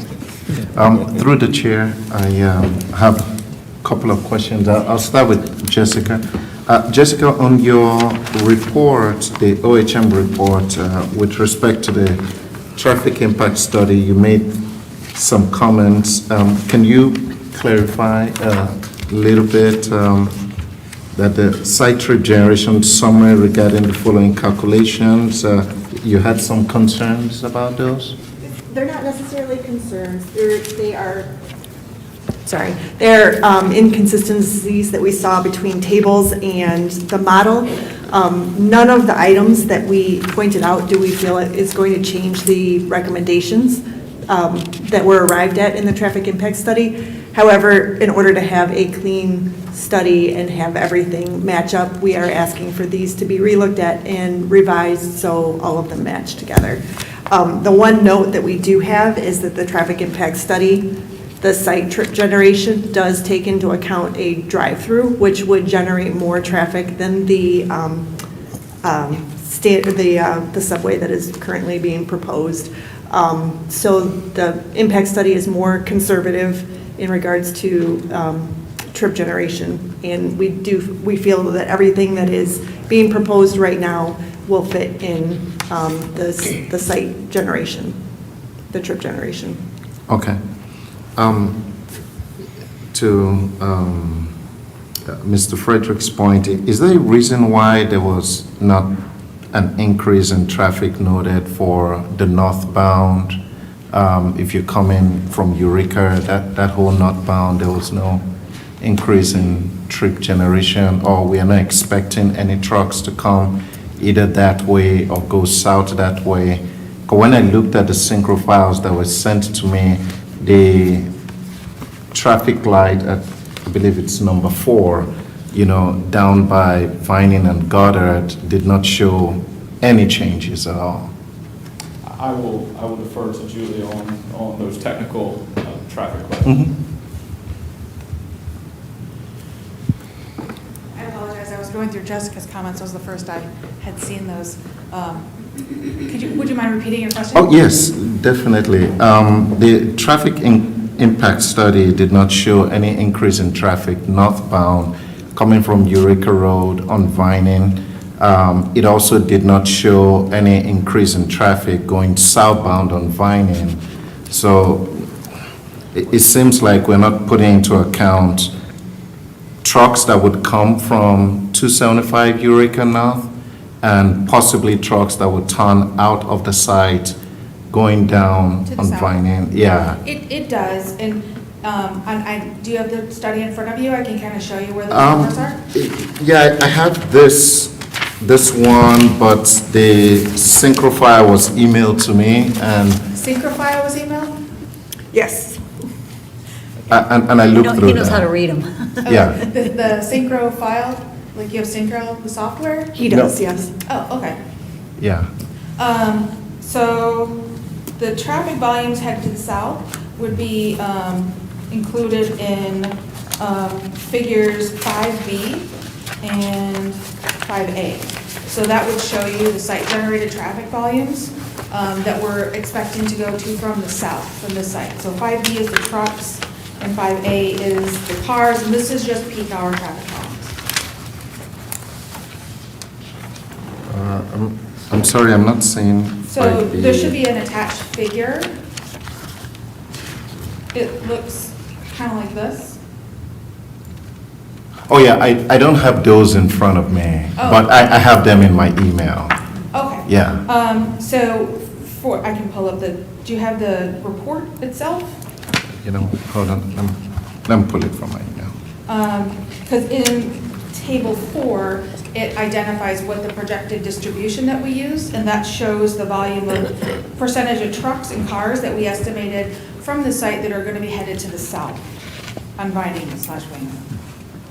So we assumed trucks was 23 and 24% of new truck trips headed south, to from the south, AM, PM, and then cars was 13 and 14% AM, PM to the south. Just a second, I'm pulling it up so that we're on the same page here. Okay, so I have figure 1 here, figure 2, lane use and traffic control. Shall I keep going down? Yeah, we're looking, if you're gonna look at the actual volumes themselves, that would Okay. be figures 5, A and B. Okay. A is the cars. Yep. And B is the trucks. Yep, And we're I looking have at intersection number 4, which would Correct. be the vehicles headed to the south. So this is the AM and PM site-generated trips of both cars and trucks. Okay. So this is current, the 5A. This is projected, these are new, site-generated. Okay. So what's your current? The current numbers are on, the existing, that we collected are on figures 3A and B. So that shows the cars and trucks. Okay. And if I may, through the chair, so 5A and 5B those are not the totals, those are just the site-generated numbers. So 5A and 5B just show what the site is bringing in. It doesn't show your totals. They would be added to the existing, and then the future, which I think is 6, A and B. So Okay. that's, I'm sorry, background. So we added background Right. to the site-generated to calculate the future. Yes. So is 6A and B those are That's the total. the totals? The total, okay. And the distribution that we used was based on the existing traffic volumes for both vehicles, cars, and trucks, and that was identified in table 4. That seems rather low. Okay. So if I look at 3A, number 4, going southbound, we have 62, 69. Is that correct? It's correct. You have Okay. 62 cars in the morning And- and 69 cars in the afternoon Okay. during the peak period. Very good. And then if we go to 5A, we have southbound 8 and 7.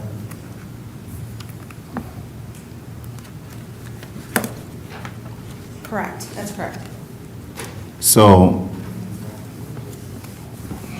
Rather low. we'll see less cars going southbound. So 5A and 5B are only the site-generated traffic. Those get added to your existing traffic as well. So Okay, I see. those are only the site generation. Those I are see. just new car trips that we're projecting that are in addition to what's already out there. So we add the background, so the figures, the 4 is added to the 5 to equal the 6. Okay, so we're expecting in 6A, 74 and 86. So we're expecting maybe about 8 new cars to go southbound for rush hour and 7 new cars to go southbound during the evening. Yes, and let me explain why. It's because most of the trips generated at a gas station are not new trips. They're already people that are on the road. So like, for example, when I go get gas, it's usually on my way to work. As I stop by, get gas, and then I keep going to work. I was headed to work past that gas station anyways, so I'm not adding any new cars to the network. I'm just passing by, getting my gas, and keeping going. So these are just additional trips to the network, not trips that are already there. Okay. My major concern really is southbound. Let me try and pull this one. The southbound traffic, I'm really concerned that it might back up to the freeway. Oh, that is, I would not be concerned at all about southbound traffic backing up to the freeway. Okay. There was nothing in our data, and if you have the synchro models, I'd be happy to go over them with you, but and look at them in the sim traffic simulations to show you nothing in our data supported any queues anywhere in this network. Excuse me, we're trying to listen to this. We don't need to go back on those. And you annoy me by hitting that stick. That's intimidating, okay? I have a hearing aid that's coming on, and you keep doing that. Please stop. Kindly stop. Thank you. Sorry about this. It's just not hearing me. Currently, she has the floor, and then he's also, the commissioner's talking to her. I apologize. I'll leave. Well, I'm rude. I'll leave. thank you. Okay, so you're saying that you do not show any backup in traffic based on even the new volume that is generated, both trucks and cars? No, we're not seeing any of that in our data. Okay. Could you, my second question will be for the petitioner. Can you just walk me through how the trucks would flow in your site? So obviously 94, trucks come south on Vining, they enter the driveway, go for fuel, so we've got plenty of stacking space on the side for the fuel. After they fuel, they'll park, if they need to go to the shop, what have you, they can do that, and then to leave, they would just circulate back out. If they're not coming to fuel, but they're going to do something else, they'll just bypass the fuel aisle. Those aisles are 75 feet wide, so more than adequate for two trucks. Okay, so my question to you, and I just want to make sure I understand correctly your position with respect to security and the cameras. You're not willing to put any cameras in the truck parking area? I did not say that we were not willing. No, I just want to... No, we will work with the police to do something, to develop a security plan that is acceptable to the police and that also complies with some of the other rules and regulations that we are bound to, specifically privacy rules. You can't just have cameras pointing into people's vehicles. Yeah, but... So we can work with the police to come up with something that is acceptable to you guys. Okay. It's on your property, and it's a concern of ours, and I just feel like it was dismissed as not a concern, and so that's why I'm just asking to really understand your position, because we appreciate you investing $17 million and I think a couple of cameras. Sir, I absolutely understand, and as I said, we will work with the police to come up with a security plan that is workable for both sides. Okay. Okay.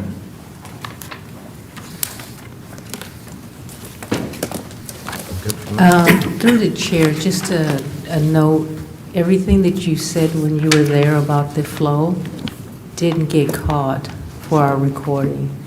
Try again. Can you hear me?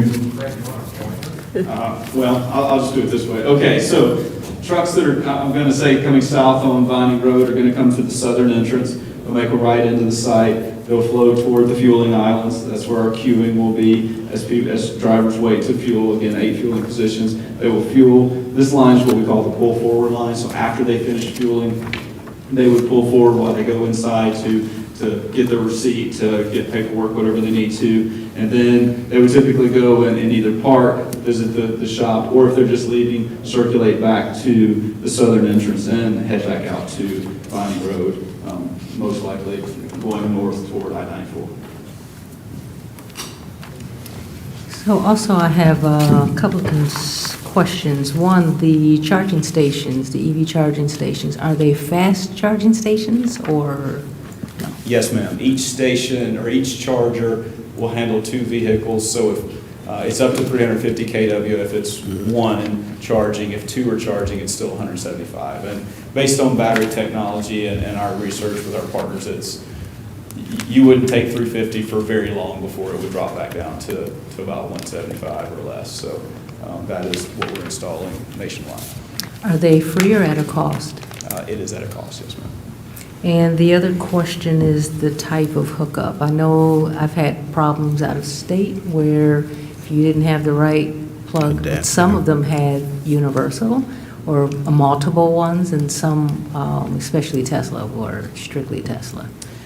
These, I apologize, I do not know all of the exact terminology. These are not the Tesla charger connection. It's I'll say the more general charger. And I realize that with the announcements that Tesla and Ford and General Motors made, that everything is going to go to that Tesla charger. And I suspect at that point we will be retrofitting some of our chargers to meet that spec, and the others will still be the more general spec that is in use now. But we will obviously work with the market to have the right kind of chargers. Now, offhand, this might be a tough question to answer, but if someone's, let's say, 2 miles to empty, how long would it take to charge that to full charge? I think it depends on your car and what kind of charge it will take, how fast, I guess. I think generally speaking, it's supposed to be something around 30 or 40 minutes to go from 20 to 80%. But again, you're asking questions that are way outside of my expertise when it comes to that. I've only been slightly stranded because of it, so it's a sensitivity issue for me. Well, we're trying to build that network so that you're never too far away. Mm-hmm. There you go. And then my next statement is I'm going to reiterate with Commissioner McAnally regarding the subway. We have one like a walk down the street, so my one concern is we don't need another. Two, that draws business away from that one, so we could possibly be hurting one of our current stakeholders, and they've been here for a while.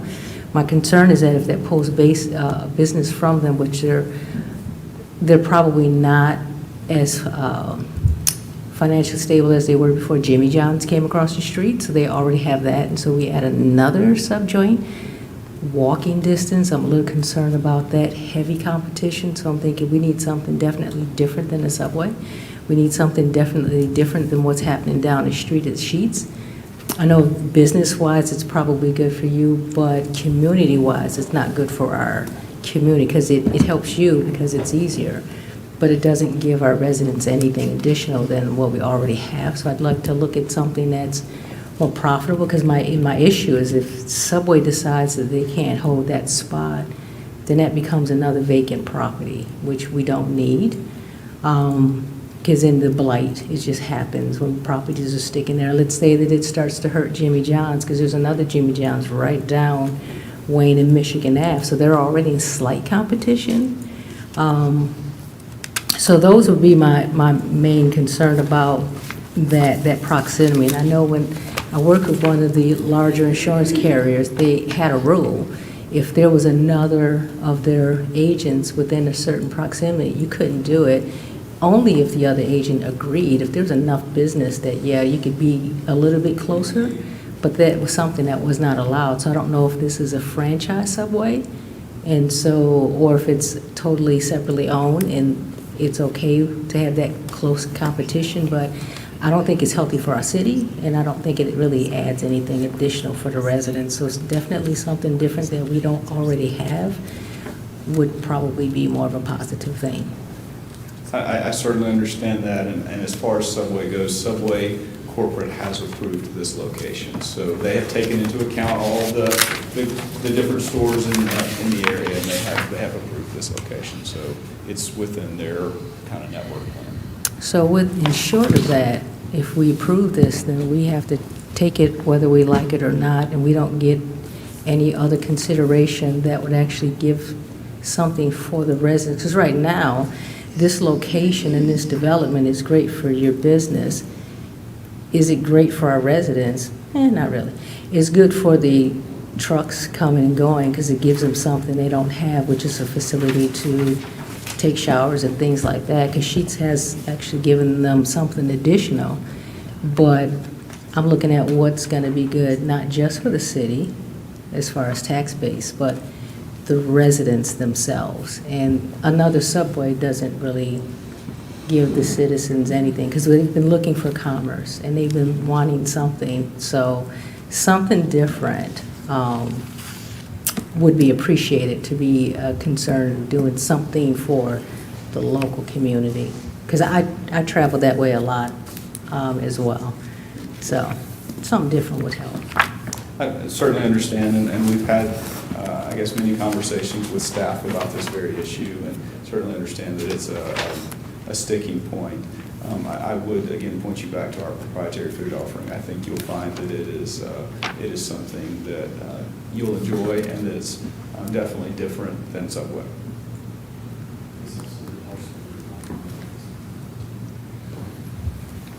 What about an IHOP? IHOP is a tenant in that one location. We have a couple, but we don't operate IHOP, so. And So it was they there- rent the It was space? there when we, as I recall, it was there when we bought the facility. Yeah, it was. It's been there forever. Arby's? Arby's? Wendy's? Subway isn't I'm going to be gonna- the bad guy, no matter how I approach this, but the application that we have is a Subway with our proprietary food offering.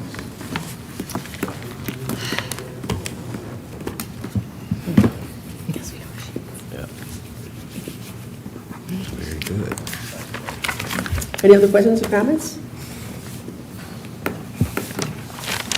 You know, Madam Chair, I do, speaking of that, sorry, I forgot, I just saw my notes. So in light of some of the comments that were made by the residents, because again, that is a focal point, to make sure our residents are happy.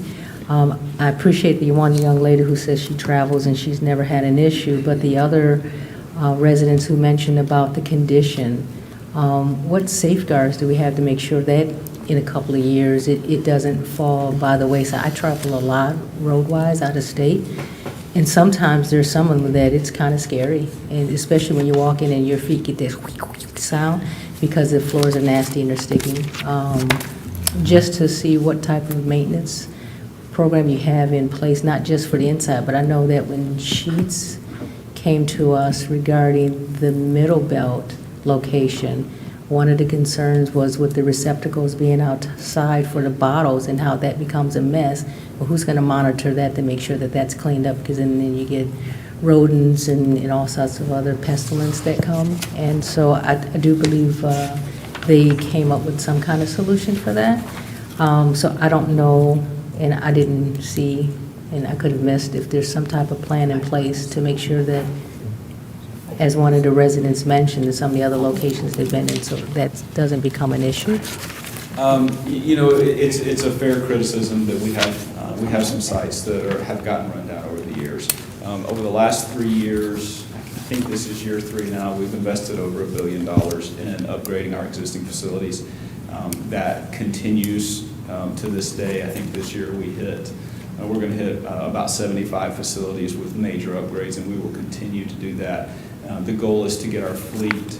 Pilot has grown over the years by acquisition primarily. We've built a lot of stores like this. I've been with the company for 20 years. We've built a lot of stores, but we've also acquired a lot of stores. And sometimes when you acquire a store, it's not necessarily in the greatest condition. When you get it, you make do with what you've got. We are making a very concerted effort as a company to bring all of those facilities so that their fleet is younger, so to speak, meaning we've upgraded everything and cleaned it up. There is also a concerted effort within the company working on our image, our brand, to make sure that it is, again, top-notch, what we want it to be, what you want it to be. And again, I want to reiterate that we are part of the Berkshire Hathaway family, and there's a lot of expectation for a company that's owned by Berkshire Hathaway to fly that flag appropriately. So certainly working to upgrade those facilities that maybe are not what we would like for them to be right now, and to maintain the entire fleet appropriately.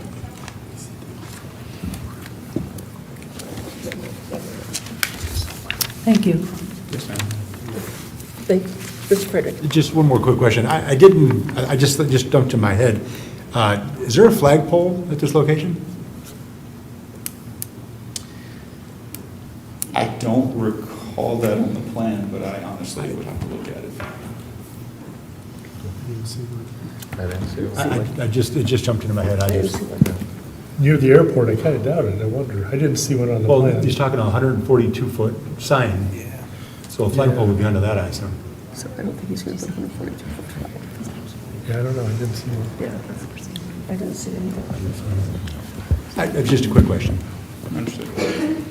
So through the chair, real quick, through TIFA and our TIFA board, we are working on a general gateway flag display, which is actually north of 94. But it is a 80-foot flagpole that'll go in the median on Vining Road, just north of Wick. And then we'll be flanked by both the city of Romulus and the state flag on 60-foot poles with a new welcome sign as well to the district. So, I remember they mentioned that. yeah, and we're moving forward with that, with North Point and with the help of TIFA as far as the fiduciary funding for it. Yeah. I just know it sends a positive message, a strong message to any potential customer. I know of a truck stop in the corner of Telegraph and North Line, and I can't remember the branding of it, but they don't have a flagpole, and they said they're not going to, and I won't go there. And again, that's, honestly, I've never gotten that question. I know we have flagpoles in some places, but if that's a request. It'd be nice. Thank you. Through the chair, Madam Chair. I don't really have a question, but I do have a comment. I think there's a lot of inconsistencies and not a lot of clarity in what we have here tonight. And with it being recommended to go to City Council, I don't think City Council would be comfortable viewing what we're viewing here tonight with the inconsistencies and all the questions and not enough clarity as to exactly in what direction we're going with a lot of things as far as moving the site plan and the security. Security will be a very big issue with council, in my viewpoint, number one. And the traffic. They're always about the truck traffic and what way everything is going. And I think we need more clarity in all those areas, but again, it's up to the board. Understood. And again, I guess I would say from the traffic standpoint, I would encourage you to look at the traffic study that Julie's team put together. I think it addresses all of the intersections. And if we need some better exhibits for the plans to make that easier to read, well, certainly we can do that. When it comes to the rezoning and the special land use, I don't know that necessarily changes, because it seems like it's more of an engineering level thing on the site plan. But again, we will await the pleasure of the board on that. Just my opinion. Yes, ma'am. Go ahead. What I feel and what I sense from, well, how I feel, I'm going to bet you that before we send it up, our recommendation to council and vote on a site plan, that we want to see a security plan, something that we can physically read, get all the other little questions that we have brought up, the facade and all that stuff written in the record, and have things better shape before we take a vote on stuff. That's my opinion. I'll let everybody else want to make a motion, they can, but that's where I stand right now. Sorry, through the chair, Carol, is that something that you guys handle administratively, or will need to look through a revised site plan and the security stuff? I would assume we'll need to take a look at it, but I wanted to hear your thoughts. There are a lot of things site plan-wise that we felt we could handle administratively. They're, like they said, they'll do Greenbelt D, checking plant calculations and all of that. Some of these other issues, the security plan, the traffic,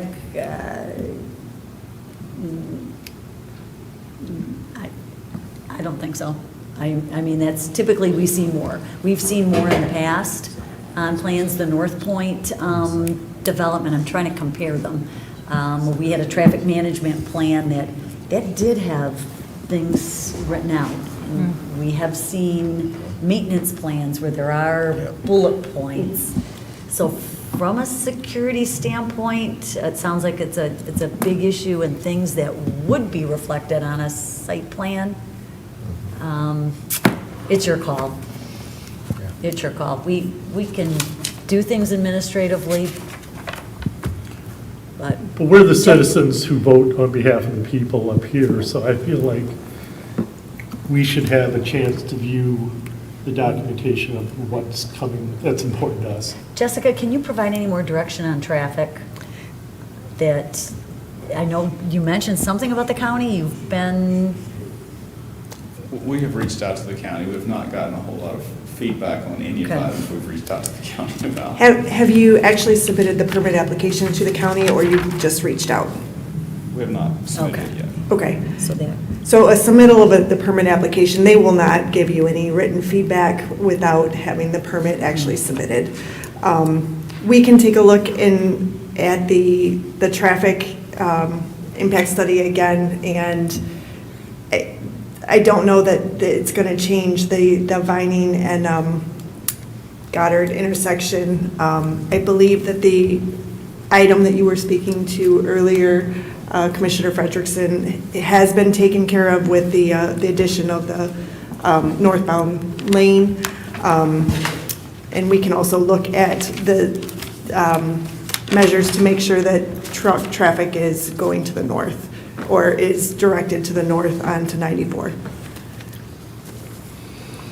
Madam Chair. Just one last comment as far as that goes, as far as the whole thing tonight. I don't know if we can postpone it or table it or do something till we get more clarity and go forward before it goes to council. That would be my opinion. Well, We could postpone all three items, I believe, until next. till I we- just believe we need more clarity than we have tonight as a board, as a whole, before we move it to the next level. knowing the makeup of city council, Pardon me? I said, knowing the makeup of city council, Correct, I think that there are way too many open items here correct. that they would just turn down. And that's what I'm Well, trying then to I get guess I across. would request that we just table it until a future meeting, and we'll work with staff, with police, with planning, with whomever to work through these I mean- questions. Do you understand where we're getting, I mean? I do. We don't want to set you up for failure. No, I do understand, and, you know, I think we've gone through the ordinances, we've done our very best to meet the ordinance from a planning standpoint, the things that were in black and white that we're supposed to meet. You guys have brought up some additional concerns, so we'll take some time to go and address those concerns, and have, you know, have answers to those questions. You know, I guess I'll say, I know the food is a sore subject. That's not going to change, but security, traffic, we can certainly address those things. Right. And I mean, if you need some guidance from Carol or Jeff or even Kevin, you know, about what do we really need to, what came out of all this, or where are we at? Well, and we've been working very closely with Carol and Jeff's team, and some with Kevin specifically. So again, I feel like we've gone through the ordinance, we've met the criteria put forth in the ordinance, but you guys have some additional concerns, so we'll address those. If I could just make a comment to all this. It's very important that it gets done correctly.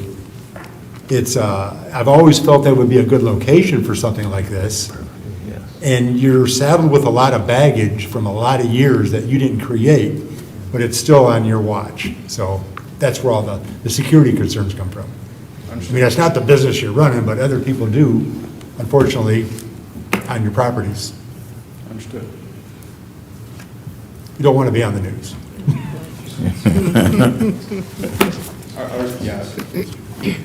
Are there any other concerns besides the ones that we've talked about, traffic, security, maintenance? Mr. Long?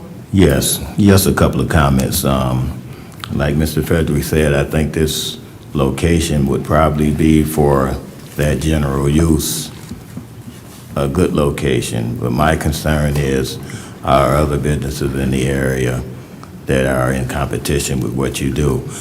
And one more thing I would like for you to all to add, since this is the travel center, maybe you could add a pet area somewhere on your location to accommodate those that are traveling for their pets.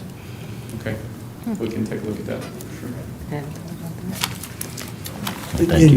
In note to that, Sheets did, and they offer something similar. And a lot of truck drivers do have a companion pet in a cab with them. Understood. Any other questions or comments? And a motion of some sort would be in order. Madam Chairman, I make a motion to postpone RZ 2024-001, special land use, or SLU 2024-002, SPR 2023-029 for pilot travel center, till such time where the site plan can be brought and the security plan can be put together and brought back to us. Support. So are you doing all three? Yes. 4 and 23? Who supported it? Mr. Roscoe. Ms. Russell. Commissioner Commissioner Russell. I have a motion from Mr. McNally, supported by Ms. Roscoe, to postpone RZ 2024-001, SLU 2024-002, and SPR 2023-029 pilot travel center until such time as they had adequately Completed the security plan Right. and completed the revisions of the site plan.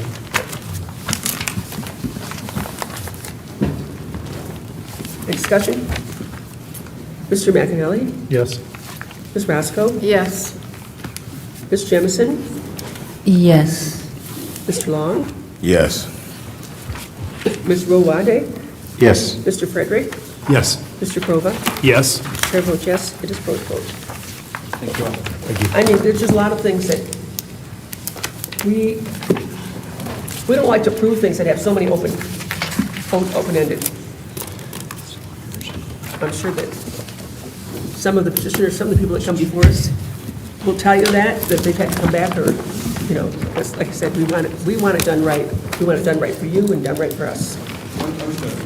We'll work with you, your staff, and we'll be back hopefully in a month. Thank you. Thank you. Thank you.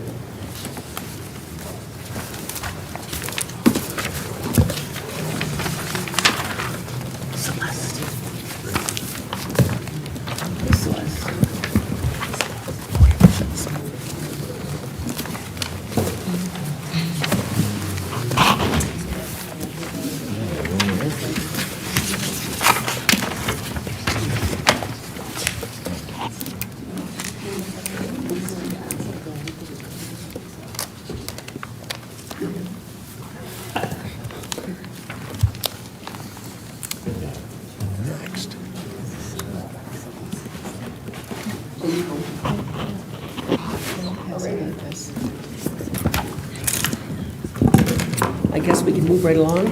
Yes.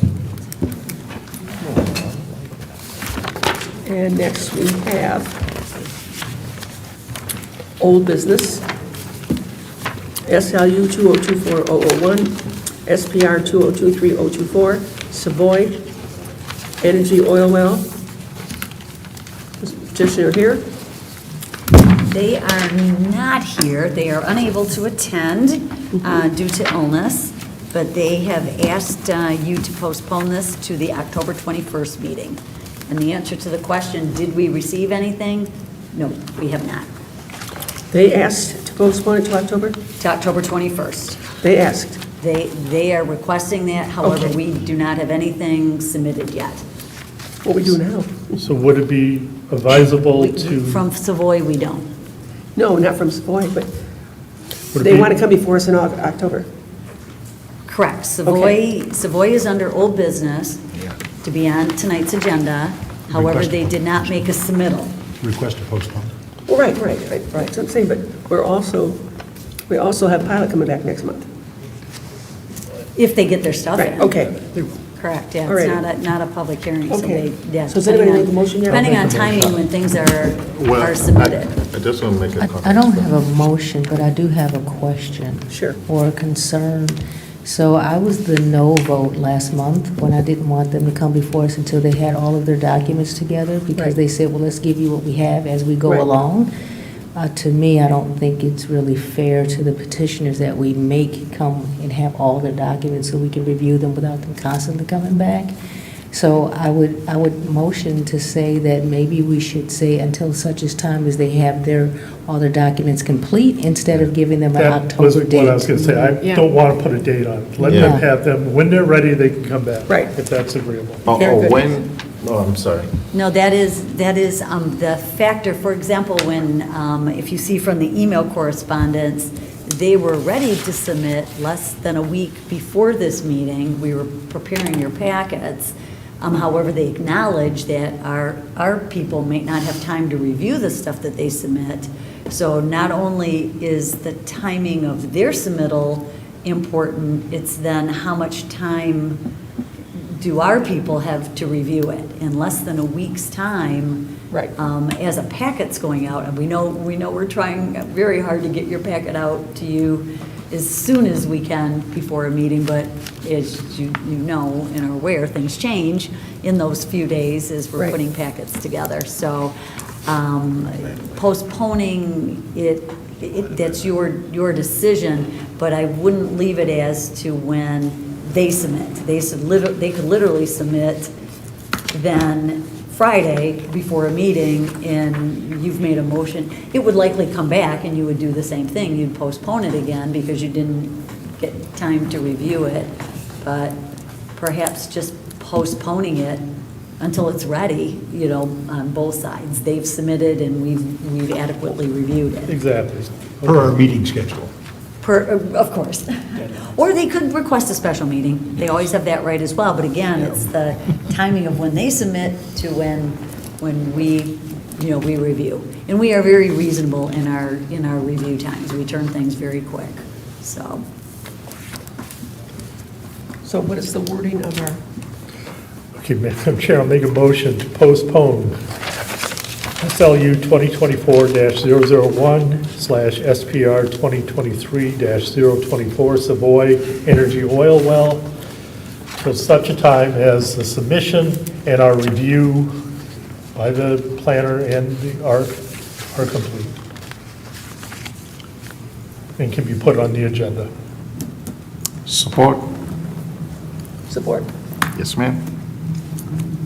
I have a motion from Mr. McAnally, supported by Mr. Boade, to postpone SLU 2024-001 and SPR 2023-024 Savoy Energy Oil Well until such time that the petitioners and the city have enough time to review the information Get it on the agenda. and get it on the agenda. So does that mean until such time as the submission is complete? Is complete, yes. Submission and associated reviews Views are complete. by, Are complete and are able to be fit complete. into are ours. complete. Right. Should we put a deadline on it? No. No. That got us in trouble last time. Yes. Any second motion? Somebody did. Mr. Bogan. Yeah, I support. Oh, you did, that's right. Don't worry. Support by Mr. Boade. Okay, and I already read it all off. So, Mr. McAnally? Yes. Ms. Boade? Yes. Ms. Jamison? Yes. Ms. Roscoe? Yes. Mr. Long? Yes. Mr. Krova? Yes. Mr. Frederick? Yes. Chair votes yes, it is postponed. Okay. Next, we have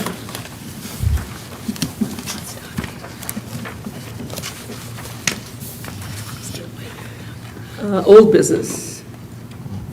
New business. No, old business. TA 2024-002 zoning ordinance text amendments, section 3.06, parking and storage of recreational vehicles, commercial vehicles, and automobiles in residential districts. And action required is to recommend the city council approve, condition, deny, or postpone. And the speaker for tonight. Yep, through the chair, Steve, I will be fielding questions and everything. He did make a few changes on this as far as the times from 5 PM to 9 AM. He also added the language of converted buses. And it does state on the commercial vehicle side of it as defined in this ordinance, and I had to read it to remember it, but it is basically defines a commercial vehicle in our ordinance as something that requires a commercial plate or as a tractor trailer or any of the other things. So if you guys have any questions on this or comments or adjustments you'd like to see made.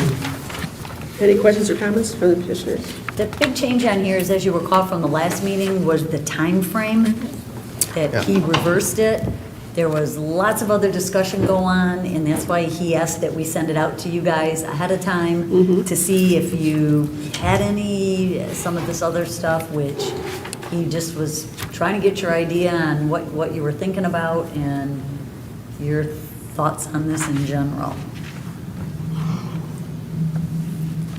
But yeah, that was the big change, that from the 9 PM To 5 to a.m. 5 a.m., change that to 5 PM to 9 a.m. That's the big change from the public hearing that Any questions or comments from the petitioner? Everyone have any objections?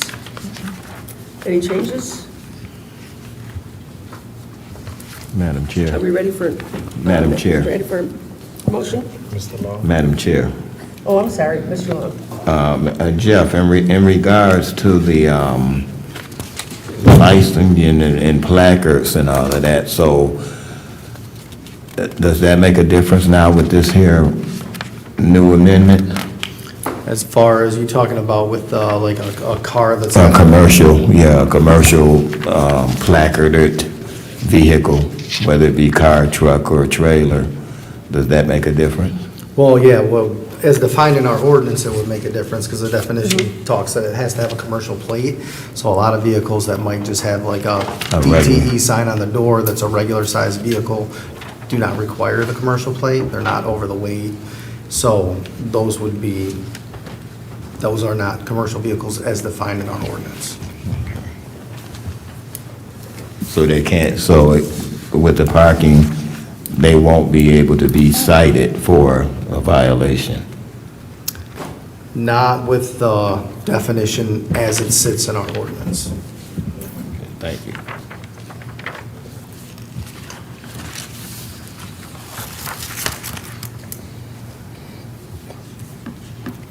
So basically, if I had a vehicle that said Kathy's babysitting service, okay.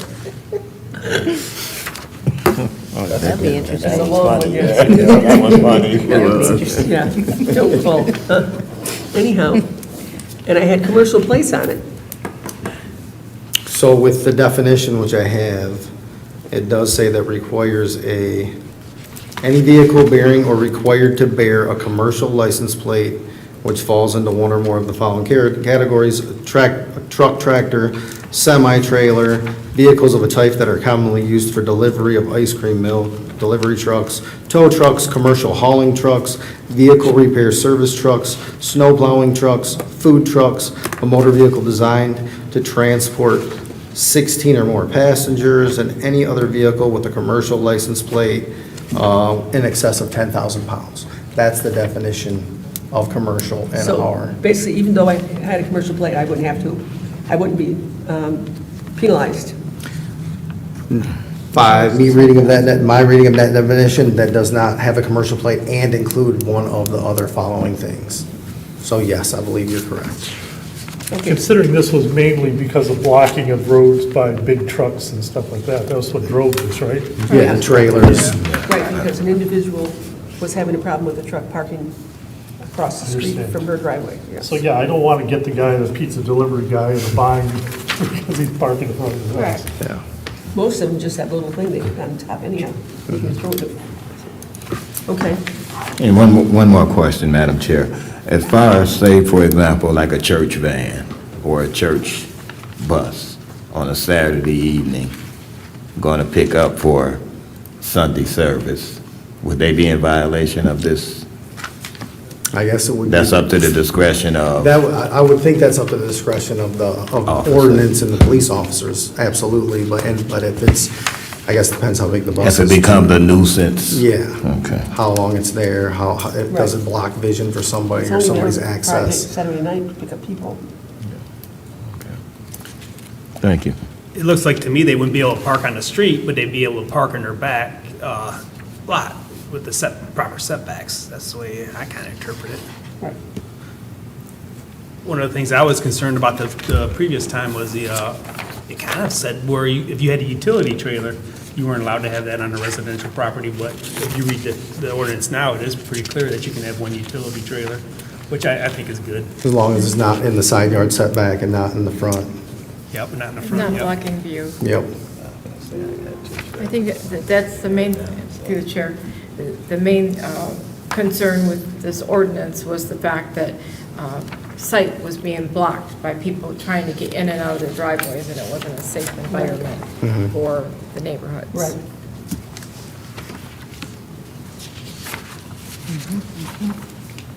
Any other questions or comments? If not, a motion is in order.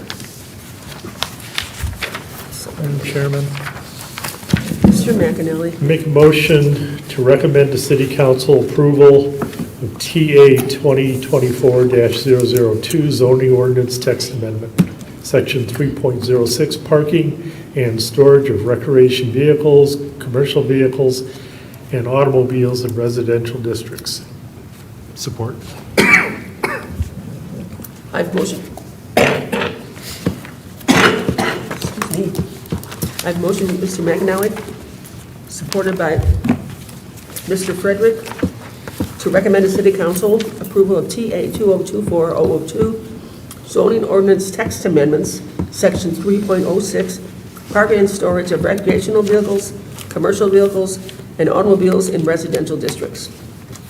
Any discussion? Madam Chair, should we put those times in that also? Should that be added?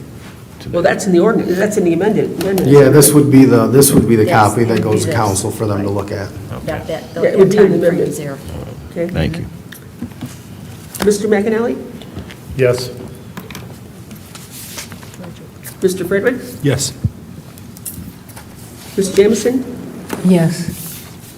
Mr. Long? Yes. Mr. Boboade? Yes. Mr. Krova? Yes? Ms. Roscoe? Yes. Chair votes yes. Recommended to City Council. Woo-hoo.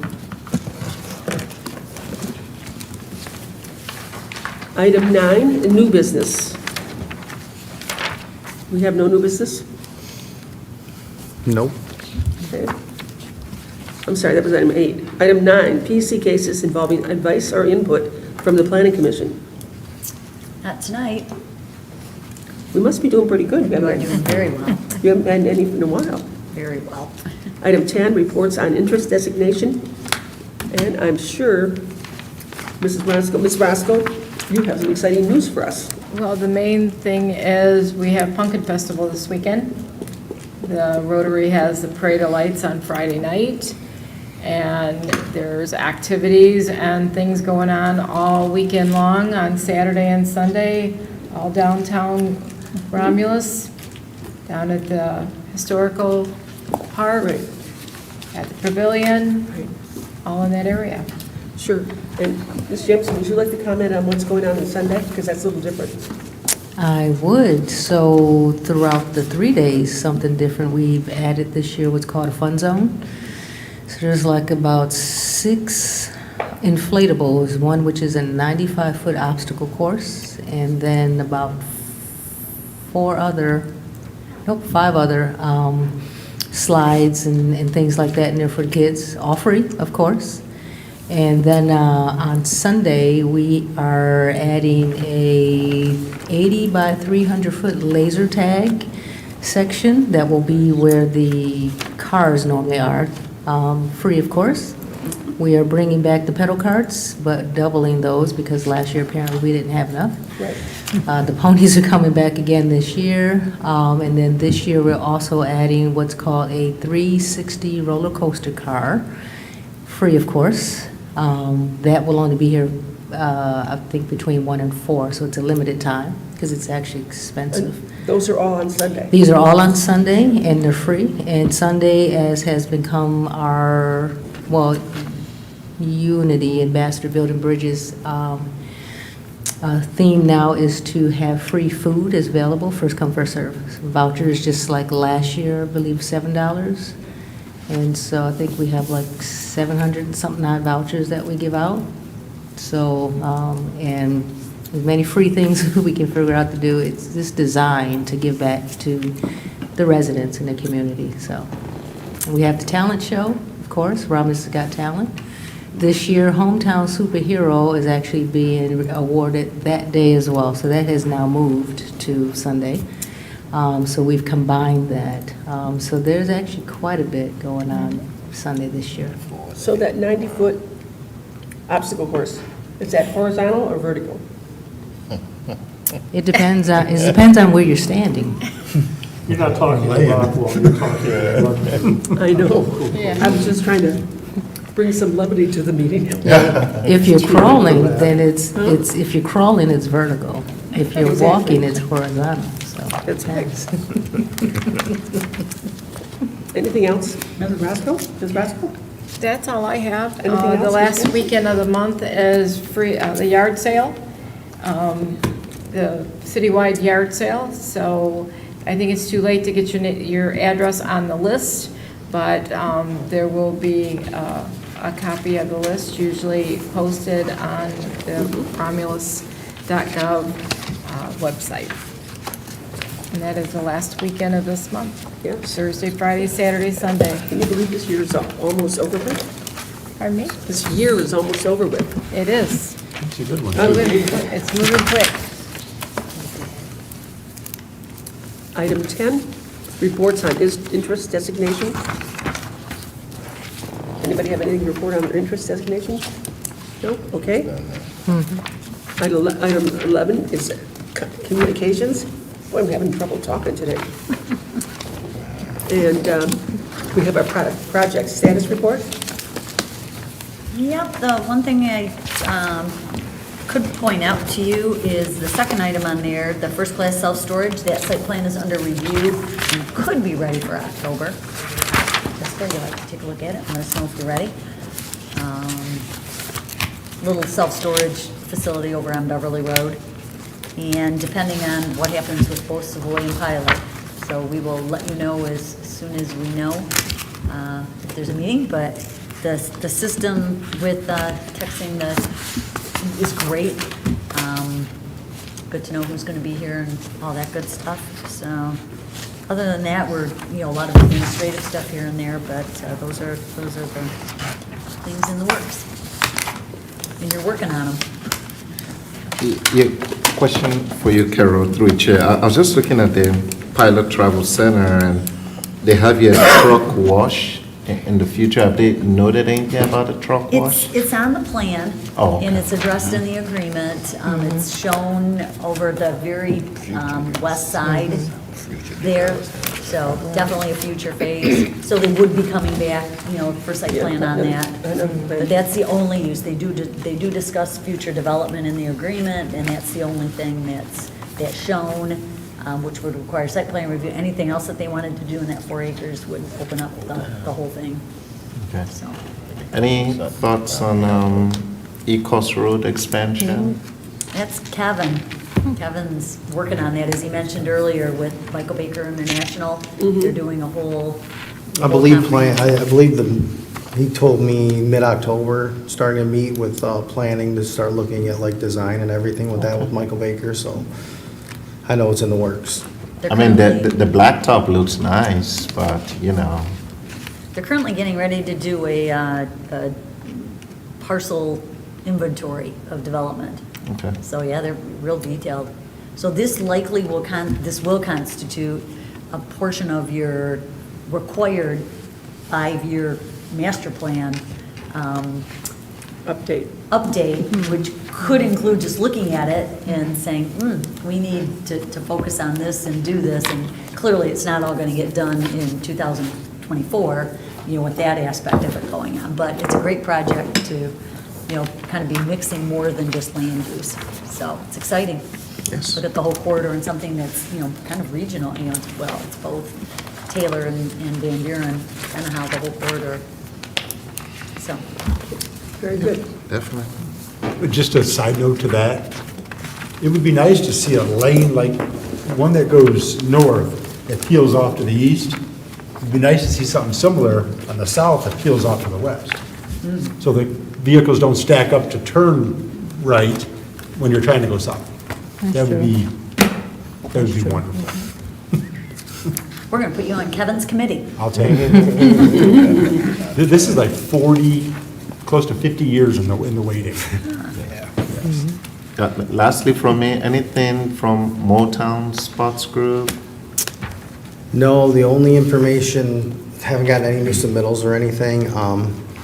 The only information I did hear was they are working on the property still and the purchasing and figuring that side of things out. But they have not resubmitted anything. I thought they had a deadline. Oh, did. no? And I know they had a deadline that they were trying to work with. And obviously last we talked to them and met with them, they were still working on figuring out the phasing and what phase one looks like and putting a site plan together, but we haven't gotten one yet. So Carol, I have a question. Pardon me, I'm sorry. I have a question for Carol. Rise Church, are they, I believe they're through you, but they're not, we haven't had a reoccupancy application yet come in. So you tell us. I'll find out. Is the city cert done? I could look it up. I believe it is done, yes. They were doing renovations in there Yeah, for all us, the right? renovations, So they permits are done. permits, so those permits have all been issued? They've all been issued. Okay. I know that for sure. I don't think they've all been finalized out completely, but they've all been issued and everything's been going according to plan. I know that. yeah, I think the last thing they're doing is installing doors, but I think everything else is done now. Yeah. Okay. And I know that they did address the parking and everything. They just have not, you said you have not got a reoccupancy from them? But yeah, permits everything's going well. Everything's getting inspected, but they're not done. They haven't got a final CFO or anything yet, but Okay. sure it's coming. What's the address? I don't know. It's got 3s and 5s and 4s in there, that's all I can tell you. Say it again. I said it's got 3s, 5s, and 4s, but that's all I know. Yeah, that's helpful, Edna. I have too many numbers in my head. Is it owned by Rise? It is. They bought it last August, I think August the 11th, 17th, 16th, somewhere around there was their close date. Well, you're pretty good, 35445. I see, I told you. 3s and 5s and 4s. 2000 site plan pre-process ready, so that's just a meeting, permits. Yep, they've got open permits. Can you tell from Yep. stuff? Yeah, it's all- Yeah, looks, insulation was our last inspection that's been completed, so they're just waiting for final on our end when they get completed. You said insulation? Insulation, Where's that going? probably the exterior walls. Okay. Or maybe they may have insulated for, it's probably an open wall inspection. So they inspect the open wall, then they'll inspect wherever they put the insulation, and then everything can get covered up. Okay, they're concrete, they're cinder block walls. Yeah, so- they may have, because I know they had there was a room in the back, and then I know Yeah. there's a bathroom. They may have insulated those Ah. areas. I know every wall in there wasn't gonna get insulated, but I do know Right. there was, and I think their main auditorium, I know that they'll insulate that, soundproof that area as well. Okay, okay, thank you. Any other questions or comments? But just a comment, an incident that happened earlier in the city. Amazon truck, 18-wheeler, went into the junior high school parking lot and took down a power pole and took out the power to the elementary, the junior high school. Today. Oh, 4 o'clock. Oh. Yeah, I it live was in a little before 4, yeah, it was about 3:30. So that's Maybe a just- little earlier, because I know they had, the kids were still in school, yes. Yep, they got them all out of there. but Yeah, the- they had to kind of change the bus route and take them to get, but yeah, everybody was all right, nothing. Right. Other than But, the fact yeah, you took the power out. why the truck, I don't know. anyway? That's why I brought it up, is that's part of our conversations we have as far as development and where people are headed. Oops, Yep. evidently he made a wrong turn. And- that, and- for See, I'm on the sure. other end of town, so I don't have any of those yet. Yeah. I'll say yet, because you never know. Okay. Any other questions or comments? I would like to note it is 9:30, and what time did I say I was going to sleep? So moved. Item 12 is adjournment. So moved. Support. I have a motion for Mr. McNally, supported by Mr. Long, to adjourn. Mr. McNally? Yes. Mr. Long? Yes. Mr. Boboade? Yes. Mr. Fredericks? Yes. Mr. Kroga? Yes. Ms. Roscoe? Yes. Ms. Jamison? Yes. Chair votes yes. This meeting stands